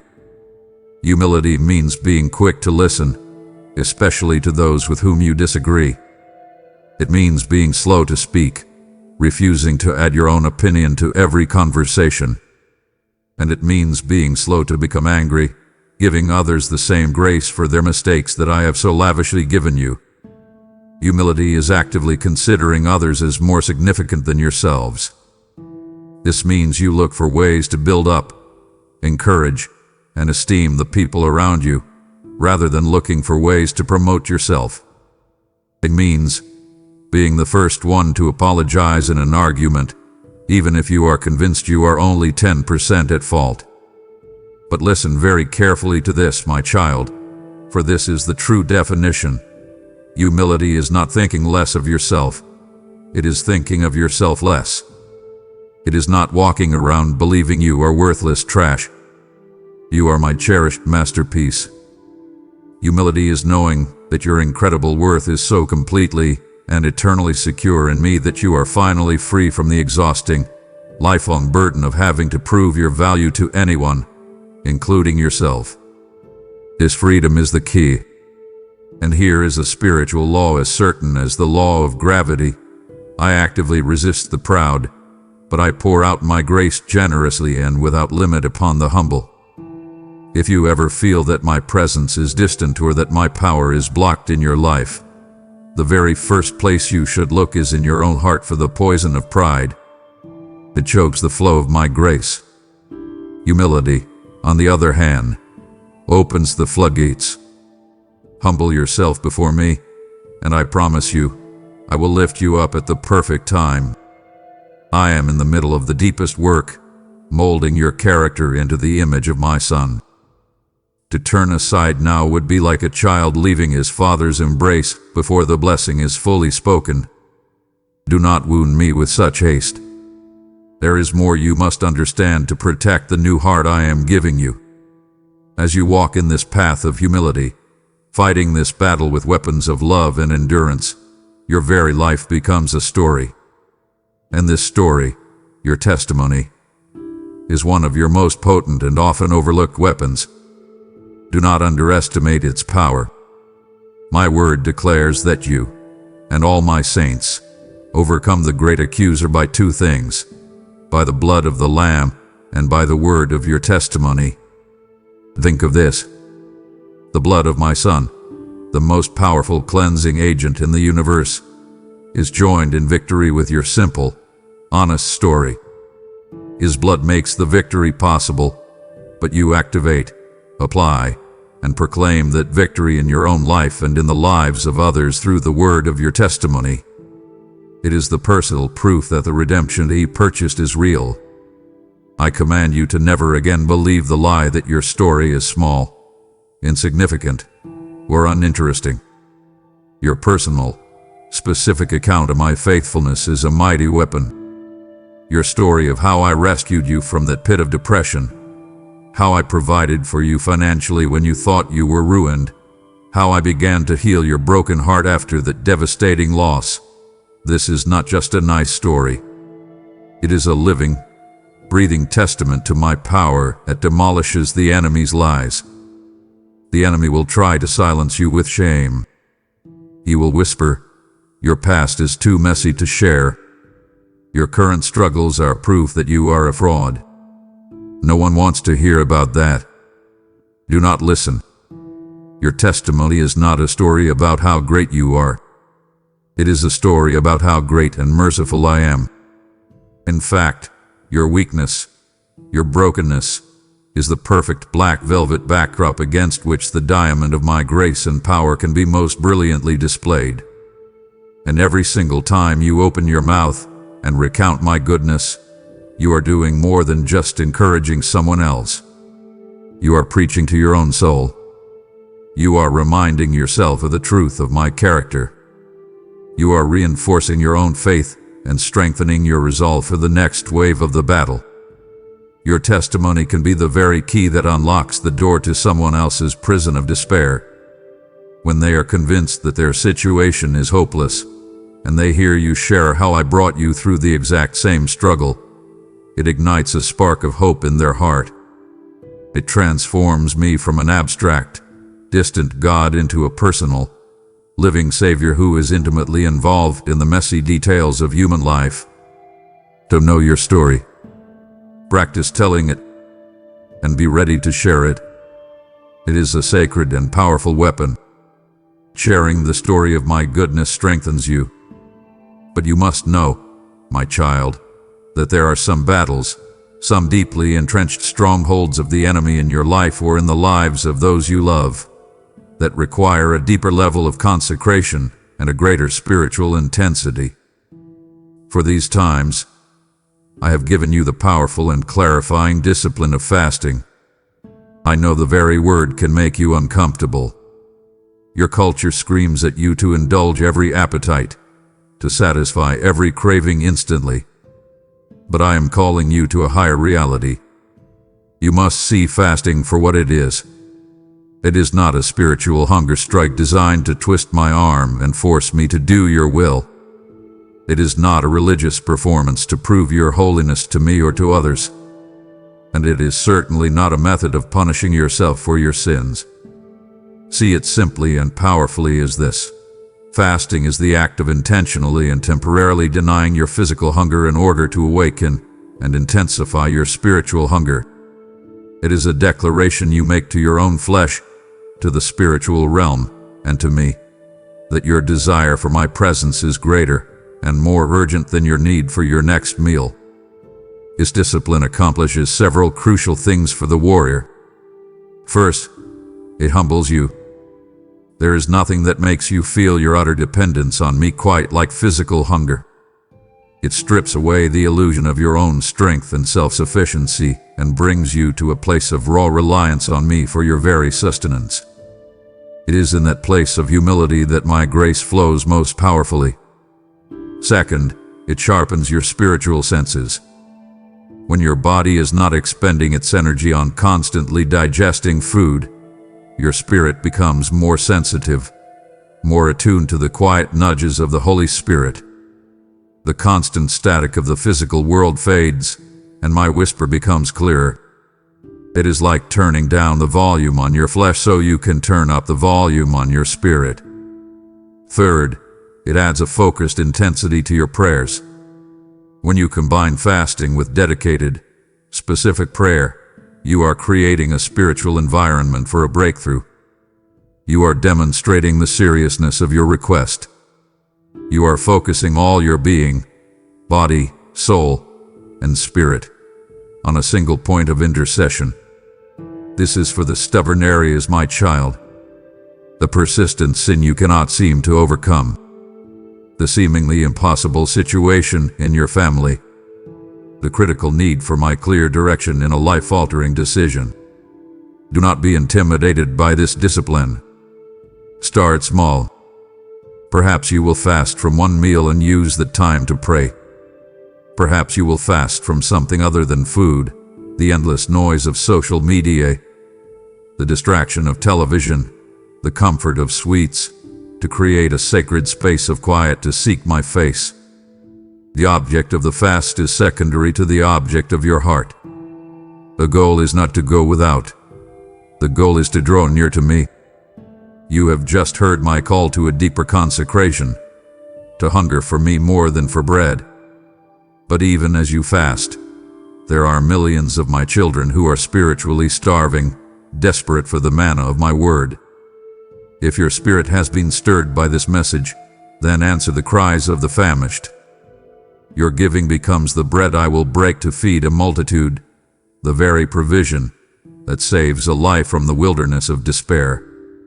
My promise to you is this: he who sows bountifully will also reap bountifully, and I will command a harvest of breakthrough for your obedience.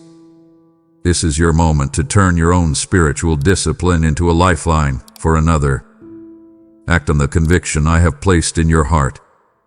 Give generously through Super Thanks, become a member, or use the PayPal link in the description now. As you humble yourself before me through disciplines like prayer and fasting, I will begin to lift you up into a new and powerful understanding of who you truly are in this battle. This revelation is absolutely essential. For too long, you have seen yourself as a victim, a powerless pawn at the mercy of your circumstances and the attacks of the enemy. That is a lie you must stop believing tonight. You are not a victim. You are a child of the King of Kings. And because of who you are, you do not fight this battle begging for help from the sidelines.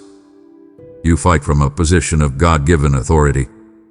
When my son, Jesus, walked the earth, he demonstrated this authority. He spoke to storms, and they obeyed. He spoke to diseases, and they vanished. He spoke to demons, and they fled in terror. When he triumphed over death and ascended to my right hand, he did not take that authority with him and leave you powerless. He delegated it to you. My word is clear. I have given you authority to trample on serpents and scorpions and to overcome all the power of the enemy. This authority is yours because you are in Christ. You must learn to walk in it. This will require a radical shift in your posture and your language. You must stop pleading with the enemy to leave you alone. A prince does not beg a convicted criminal to leave his father's territory. He commands him to go. You must do the same. When a spirit of fear begins to assault your mind with what-if scenarios and crippling anxiety, you are to rise up and speak to it directly. You do not plead, "Oh, I wish this fear would go away." You command, "Spirit of fear, I see you, and I speak to you in the name of Jesus Christ, who has all authority in heaven and on earth. You are a lie. You have no place in my mind. I command you to leave me now." When a spirit of lust attacks you with tempting images, you command it to go. When a spirit of despair tries to settle upon your heart like a heavy blanket, you command it to lift. The authority is not in your own name or your own power. It is in the mighty, unrivaled, all-powerful name of Jesus. This authority must be exercised with a unique combination of boldness and humility. The boldness comes from knowing whose authority you are wielding. The humility comes from knowing that the authority is not your own. It is delegated to you out of sheer grace. Stop walking through your life with your head down, as if you are merely hoping to survive. You are a royal priest. You are a holy ambassador of the kingdom of heaven. Lift your head. Change your posture. Walk in the confidence of who you are. When you enter a room, the authority of heaven enters with you. Exercising this divine authority is not an act of your own will. It is an act of obedience to my command. And this is a truth you must grasp deep within your spirit if you are to persevere in this battle. Obedience is not a burden. It is the pathway to joy. For centuries, the enemy has been perpetrating a great lie, a lie he began in the Garden of Eden. He has tried to paint my commands as restrictive, burdensome rules designed to steal your freedom and your fun. He whispers that obedience is drudgery, while disobedience is liberation. Every broken life, every shattered heart, every soul in bondage across human history is a testament to the falsehood of that lie. You must see my commands for what they truly are. They are not the bars of a prison cell designed to keep you in. They are the guardrails on a treacherous mountain pass, designed to keep you from plunging to your death. Every single command I give you, from the command to forgive to the command to be generous, is born out of my infinite love for you and is designed for your ultimate protection, your freedom, and your flourishing. When you begin to truly grasp the depth of my love for you, a shift happens in your heart. Obedience stops being a reluctant duty you perform to stay out of trouble. It becomes your joyful, loving response to my overwhelming, unconditional love for you. When you know you are loved like that, your deepest desire becomes to please the one who loves you. My will becomes your delight. And you must understand, I require your whole heart. Partial obedience is disobedience.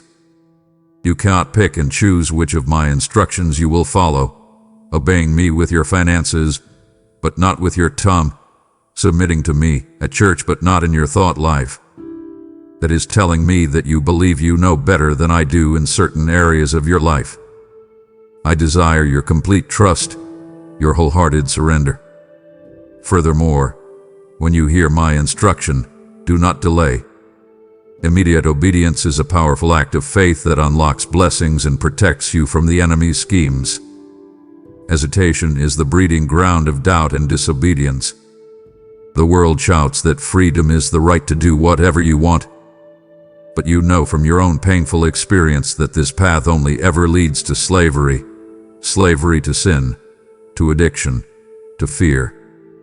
True, glorious freedom is found not in doing what your flesh desires, but in having your heart so transformed that you desire to do what I command. There is a deep, unshakable joy found only in the perfect alignment of your will with mine. That is the joy I have for you. When you begin to walk in this path of joyful obedience, exercising your authority and fighting with my spiritual weapons, you must do one more thing. You must radically raise your level of expectation. Do not insult me with small prayers. Do not limit me with your logic and your past experiences. I am the God of the impossible, and the battle that lies before you will absolutely require my miraculous intervention. I want you to look at the most impossible situations in your life. I mean the ones that are truly hopeless from a human perspective. The loved one whose heart is as hard as stone toward me. The disease that the doctors have shaken their heads at and said, there is nothing more we can do. The financial debt that is so overwhelming you see no mathematical way out. Those situations, the ones that cause your heart to sink with despair, are the very arenas where I love to display my glory. I command you tonight to stop agreeing with the facts of the situation. Stop speaking the language of hopelessness. I want you to start expecting my supernatural, rule-breaking, logic-defying intervention. I want you to wake up every single morning with a holy, vibrant expectation. I want you to live your life looking for my hand to move in powerful and unexpected ways. The battle ahead will require interventions that you cannot engineer. I will make a way where there is no way. I will create a door in a solid wall. I will provide resources from sources you cannot possibly imagine. I will change hearts that seem utterly unchangeable. You must understand the dynamic of faith. Your faith is the vessel. You are the one who determines its size. If you come to me with a tiny vessel of expectation, believing only for what seems reasonable, that is what you will receive. But if you have the courage to come to me with a bold, audacious, ocean liner-sized vessel of faith, I promise you, I will fill it to overflowing. My power is not limited by your situation. It is only ever constrained by the size of the vessel of faith you bring to me. And you must know, this is not for your own glory. You are to pray for signs, wonders, and miracles so that my name will be glorified. When the impossible happens in your life, no one will be able to give the credit to you, your cleverness, or your hard work. They will be forced to stand back in awe and acknowledge that there is a good, loving, and all-powerful God who intervenes in the lives of His children. If you ever, for one moment, doubt my ability or my desire to do the impossible in your life, I want you to fix your mind on one historical event, the resurrection of my son. He was dead. The tomb was sealed. The soldiers stood guard. The situation was absolutely, definitively hopeless. But I breathed life into his body and rolled the stone away. That is the ultimate, eternal proof that no situation in your life is ever beyond my reach. A miracle. I have armed you and awakened in you the expectation of miracles. We are approaching the very foundation of it all, the finality of the cross and the unbreakable promise that anchors your soul. My heart aches at the thought of you leaving this conversation now, content with the weapons but without the ultimate assurance that makes your victory absolute. Zay, let me finish what I have started in you. This life of faith, obedience, and miraculous expectation is a precious and powerful thing. It must be protected. The fortress of your heart and mind must be diligently guarded. And in this battle, you must understand that your five senses, what you see, hear, and say, are the primary gates to that fortress. The enemy does not need to break down the walls if you foolishly leave the gates wide open for him. You must become a vigilant gatekeeper. Let us begin with the gate of your eyes. Be so careful what you watch. My word tells you that your eyes are the lamp of your body. If the light that you allow to enter through them is pure and holy, your entire being will be filled with light. But if you consistently allow images of darkness, of violence, of lust, of greed, of despair, to enter through your eyes, you will inevitably fill your soul with that same darkness. What you choose to watch on your television, what you gaze at on your computer screen, the images you allow your eyes to linger on as you move through the world, it all matters profoundly. Do not be naive. You cannot feast your eyes on darkness and expect your heart to remain full of light. Guard the gate of your eyes. Next, you must guard the gate of your ears. Be ruthlessly selective about what you listen to. Faith, I have told you, comes by hearing my word. But its opposites, doubt, fear, cynicism, and confusion, come by hearing the words of the enemy, the endless gossip of the world, and the constant complaints of faithless people. If you fill your ears with news reports designed to create anxiety, with conversations saturated in slander and negativity, and with music that glorifies what I called evil, you are poisoning your own spirit. I command you to fill your ears with life, with worship that magnifies me, with teachings that build your faith, with conversations that are full of grace and encouragement. When you find yourself in a conversation that is turning toward gossip or slander, you must have the spiritual courage to either change the subject or physically walk away. Guard the gate of your ears. Finally, you must guard the gate of your mouth. This gate is unique because it is not for things to enter, but for things to flow out from the wellspring of your heart. And my word is clear.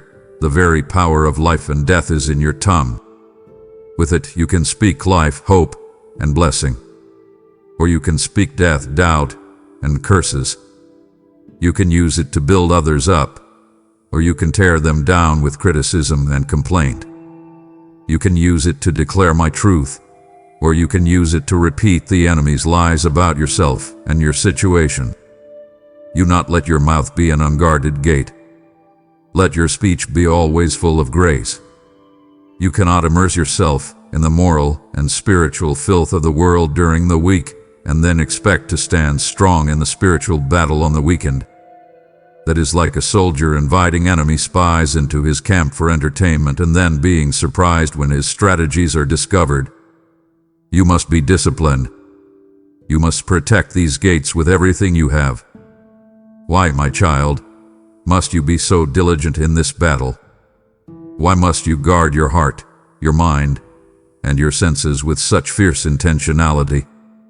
It is because what you are fighting for is not a temporary victory or a fleeting earthly prize. You fight because your struggle is woven into an eternal story.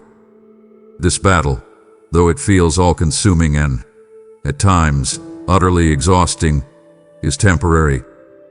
The pain you feel, the sorrow that weighs on your heart, the weariness in your bones, it all has an expiration date. But your reward, the inheritance I have secured for you, is eternal. To endure the fight, you must fix your gaze on the prize. If you only look at the mud and the blood of the battlefield around you, you will lose heart. I command you to lift your eyes and look beyond the horizon of this life to the reality I have prepared for you. I am preparing a place for you, a home where there will be no more need for armor because there will be no more war. A reality where every tear will be personally wiped from your eyes by my own hand, where there is no more death, no more sorrow, no more crying, and no more pain, for the old order of things will have passed away. Think on this. The deepest anxieties that plague you now will be non-existent. The grief that has carved its name on your heart will be a forgotten memory. The physical pain that limits you, the relational brokenness that haunts you, the wrestling with sin that exhausts you, it will all be gone, swallowed up in a victory so complete and a joy so profound that your present sufferings will seem like a momentary light affliction. This is not a fanciful daydream or a wishful thought. This hope is the unbreakable anchor for your soul, firm and secure. When the storms of this life are raging, when the waves of chaos and despair crash over you and you feel yourself being tossed about, the certain hope of your eternal inheritance is what will hold you fast and keep your faith from being shipwrecked. Every act of obedience in this life, every choice to forgive when your flesh screams for revenge, every moment you endure in faith, every time you choose love over bitterness, these are not wasted efforts. You are actively storing up for yourself treasures in heaven, treasures that will never rust, never be stolen, and will never, ever fade. The world tells you to live for the now, to seize temporary pleasures. But I, your loving Father, tell you to live for eternity. Fight this battle well, for it is shaping you for a glory beyond your wildest imagination. As you hold this glorious hope for the future, you must equally anchor yourself in the definitive, history-altering event of the past. For in the heat of the battle, when your strength is failing and the enemy's lies seem deafening, you must remember the single most important truth of all: the ultimate victory has already been won. The outcome of this war was decided 2,000 years ago on a rugged, blood-stained hill. At the cross, my Son did not just offer a way for your sins to be forgiven. He engaged in cosmic warfare and won a total and irreversible victory. He disarmed all the powers and authorities of darkness. He stripped them of their power, their authority, and their right to condemn you. He made a public spectacle of their defeat, triumphing over them completely. The enemy you are fighting tonight is not a reigning king who holds any legitimate power over you. It is a defeated rebel, a dethroned tyrant, a roaring lion with no teeth. He is a trespasser on a property that now belongs to me, and you are my child living under my protection. This truth must fundamentally change the way you fight. Listen carefully, my child. You are not fighting for victory. You are fighting from a position of victory. You are not desperately trying to win a war whose outcome is in doubt. You are standing your ground and enforcing a victory that has already been legally and eternally secured by the blood of the Lamb. The enemy's power hath been shattered. The only weapons he has left are deception, accusation, intimidation, and bluff. He cannot destroy you, so he tries to deceive you into destroying yourself. He cannot condemn you, so he tries to make you live under the weight of condemnation. He has no real authority, so he roars loudly, hoping you will be paralyzed by fear and surrender your ground to him. You must not. When the battle feels overwhelming, when the accusations fly thick and fast, your ultimate strategy is to plant your flag firmly at the foot of the cross. You are to remind yourself, and you are to remind him, of what happened there. Remind him of his public humiliation. Remind him of his broken power. Remind him that the Son's final words were, "It is finished." The debt is paid. The war is won. Your salvation is secure. Your future is guaranteed. The final outcome of this great conflict has already been decided. You are on the winning side. Now fight like it. So you stand. You fight from a position of total victory, with your eyes fixed on the prize of your eternal reward. The battle of this night, this season of your life, is your present reality. And as you engage, I have a final charge for you. Listen with your whole heart. The night of this age is nearly over. The glorious day of my Son's return is almost here. This present darkness that you see in the world and feel in your own struggles is temporary. It is fading.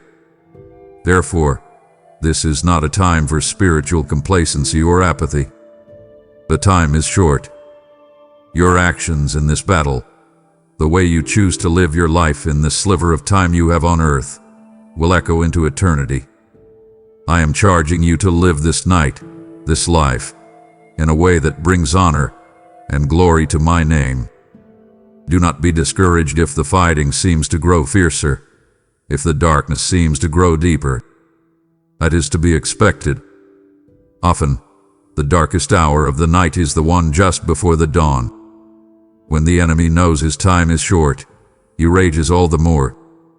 You should see his increased attacks not as a sign of your impending defeat, but as a confirmation that his final end is near and your complete victory is at hand. In the midst of this darkness, you have a specific role. You are a light. I have placed my own spirit within you, and you are a city set on a hill that cannot be hidden. Your purpose is not to hide from the darkness, nor is it to curse the darkness. Your purpose is to shine my light within it. Let your holy endurance be a beacon of hope to those who are ready to give up. Let your unwavering faith be a lighthouse to those who are lost in the fog of doubt. Let your sacrificial love be a warm fire for those who are cold and alone. Let your unexplainable joy in the midst of your own trials be a brilliant testament to my power that makes the world around you stop and wonder. People are watching you. Your family, your friends, your coworkers. They are lost in the same darkness you are fighting through, and they are desperate for hope. Your light can show them the way home. So I charge you, my warrior, my child, my light bearer. Go into this battle without fear. Fight with the divine weapons I have given you. Stand firm in the fellowship I have provided. Rest in the peace I supply. And shine. Let the story of how you fight this battle be a story that points everyone, in everything, to me. And now, my beloved child, after all these strategies, all these weapons, all these commands, I give you the one, single, foundational truth that you must hold on to above all else. It is the promise upon which all other promises rest. It is the reality that makes the entire battle possible. It is the greatest comfort for your heart and the ultimate source of your courage. Here it is. Listen as if for the first time. I will never, under any circumstances, leave you or forsake you. You are never, ever alone. Let that truth settle deep into the marrow of your bones. When you feel my presence most powerfully, I am with you. And when you feel absolutely nothing, when your prayers feel like they hit a brass ceiling, and your heart feels cold and distant, I am with you. My presence is not dependent on your feelings. It is a fact of your existence as my child. When you are in the deepest valley, surrounded by the shadow of death, I am walking right beside you, my rod and my staff protecting and guiding you. When you are on the highest mountain of success, I am there, holding you steady, keeping you from pride. I am fighting for you in ways you cannot see. I am your rear guard, protecting you from the enemy's attacks that you are not even aware of. I am your strong tower, the safe place you can run to when you are overwhelmed. I am your ever-present help in times of trouble. Now hear this, and let it silence every accusing and fearful whisper for the rest of your days. Nothing in all of creation can ever separate you from my love. Not death, not life, not angels or demons, not your fears for today or your worries about tomorrow. Not any power in the heights above or in the earth below. Nothing. Your failures cannot separate you from my love. Your doubts cannot separate you from my love. Your weakness cannot separate you from my love.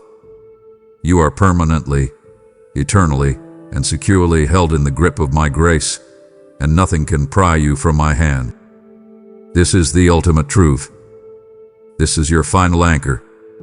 Now go forth, my beloved warrior. Your real battle has begun. But you do not go alone. You do not go in your own fragile strength.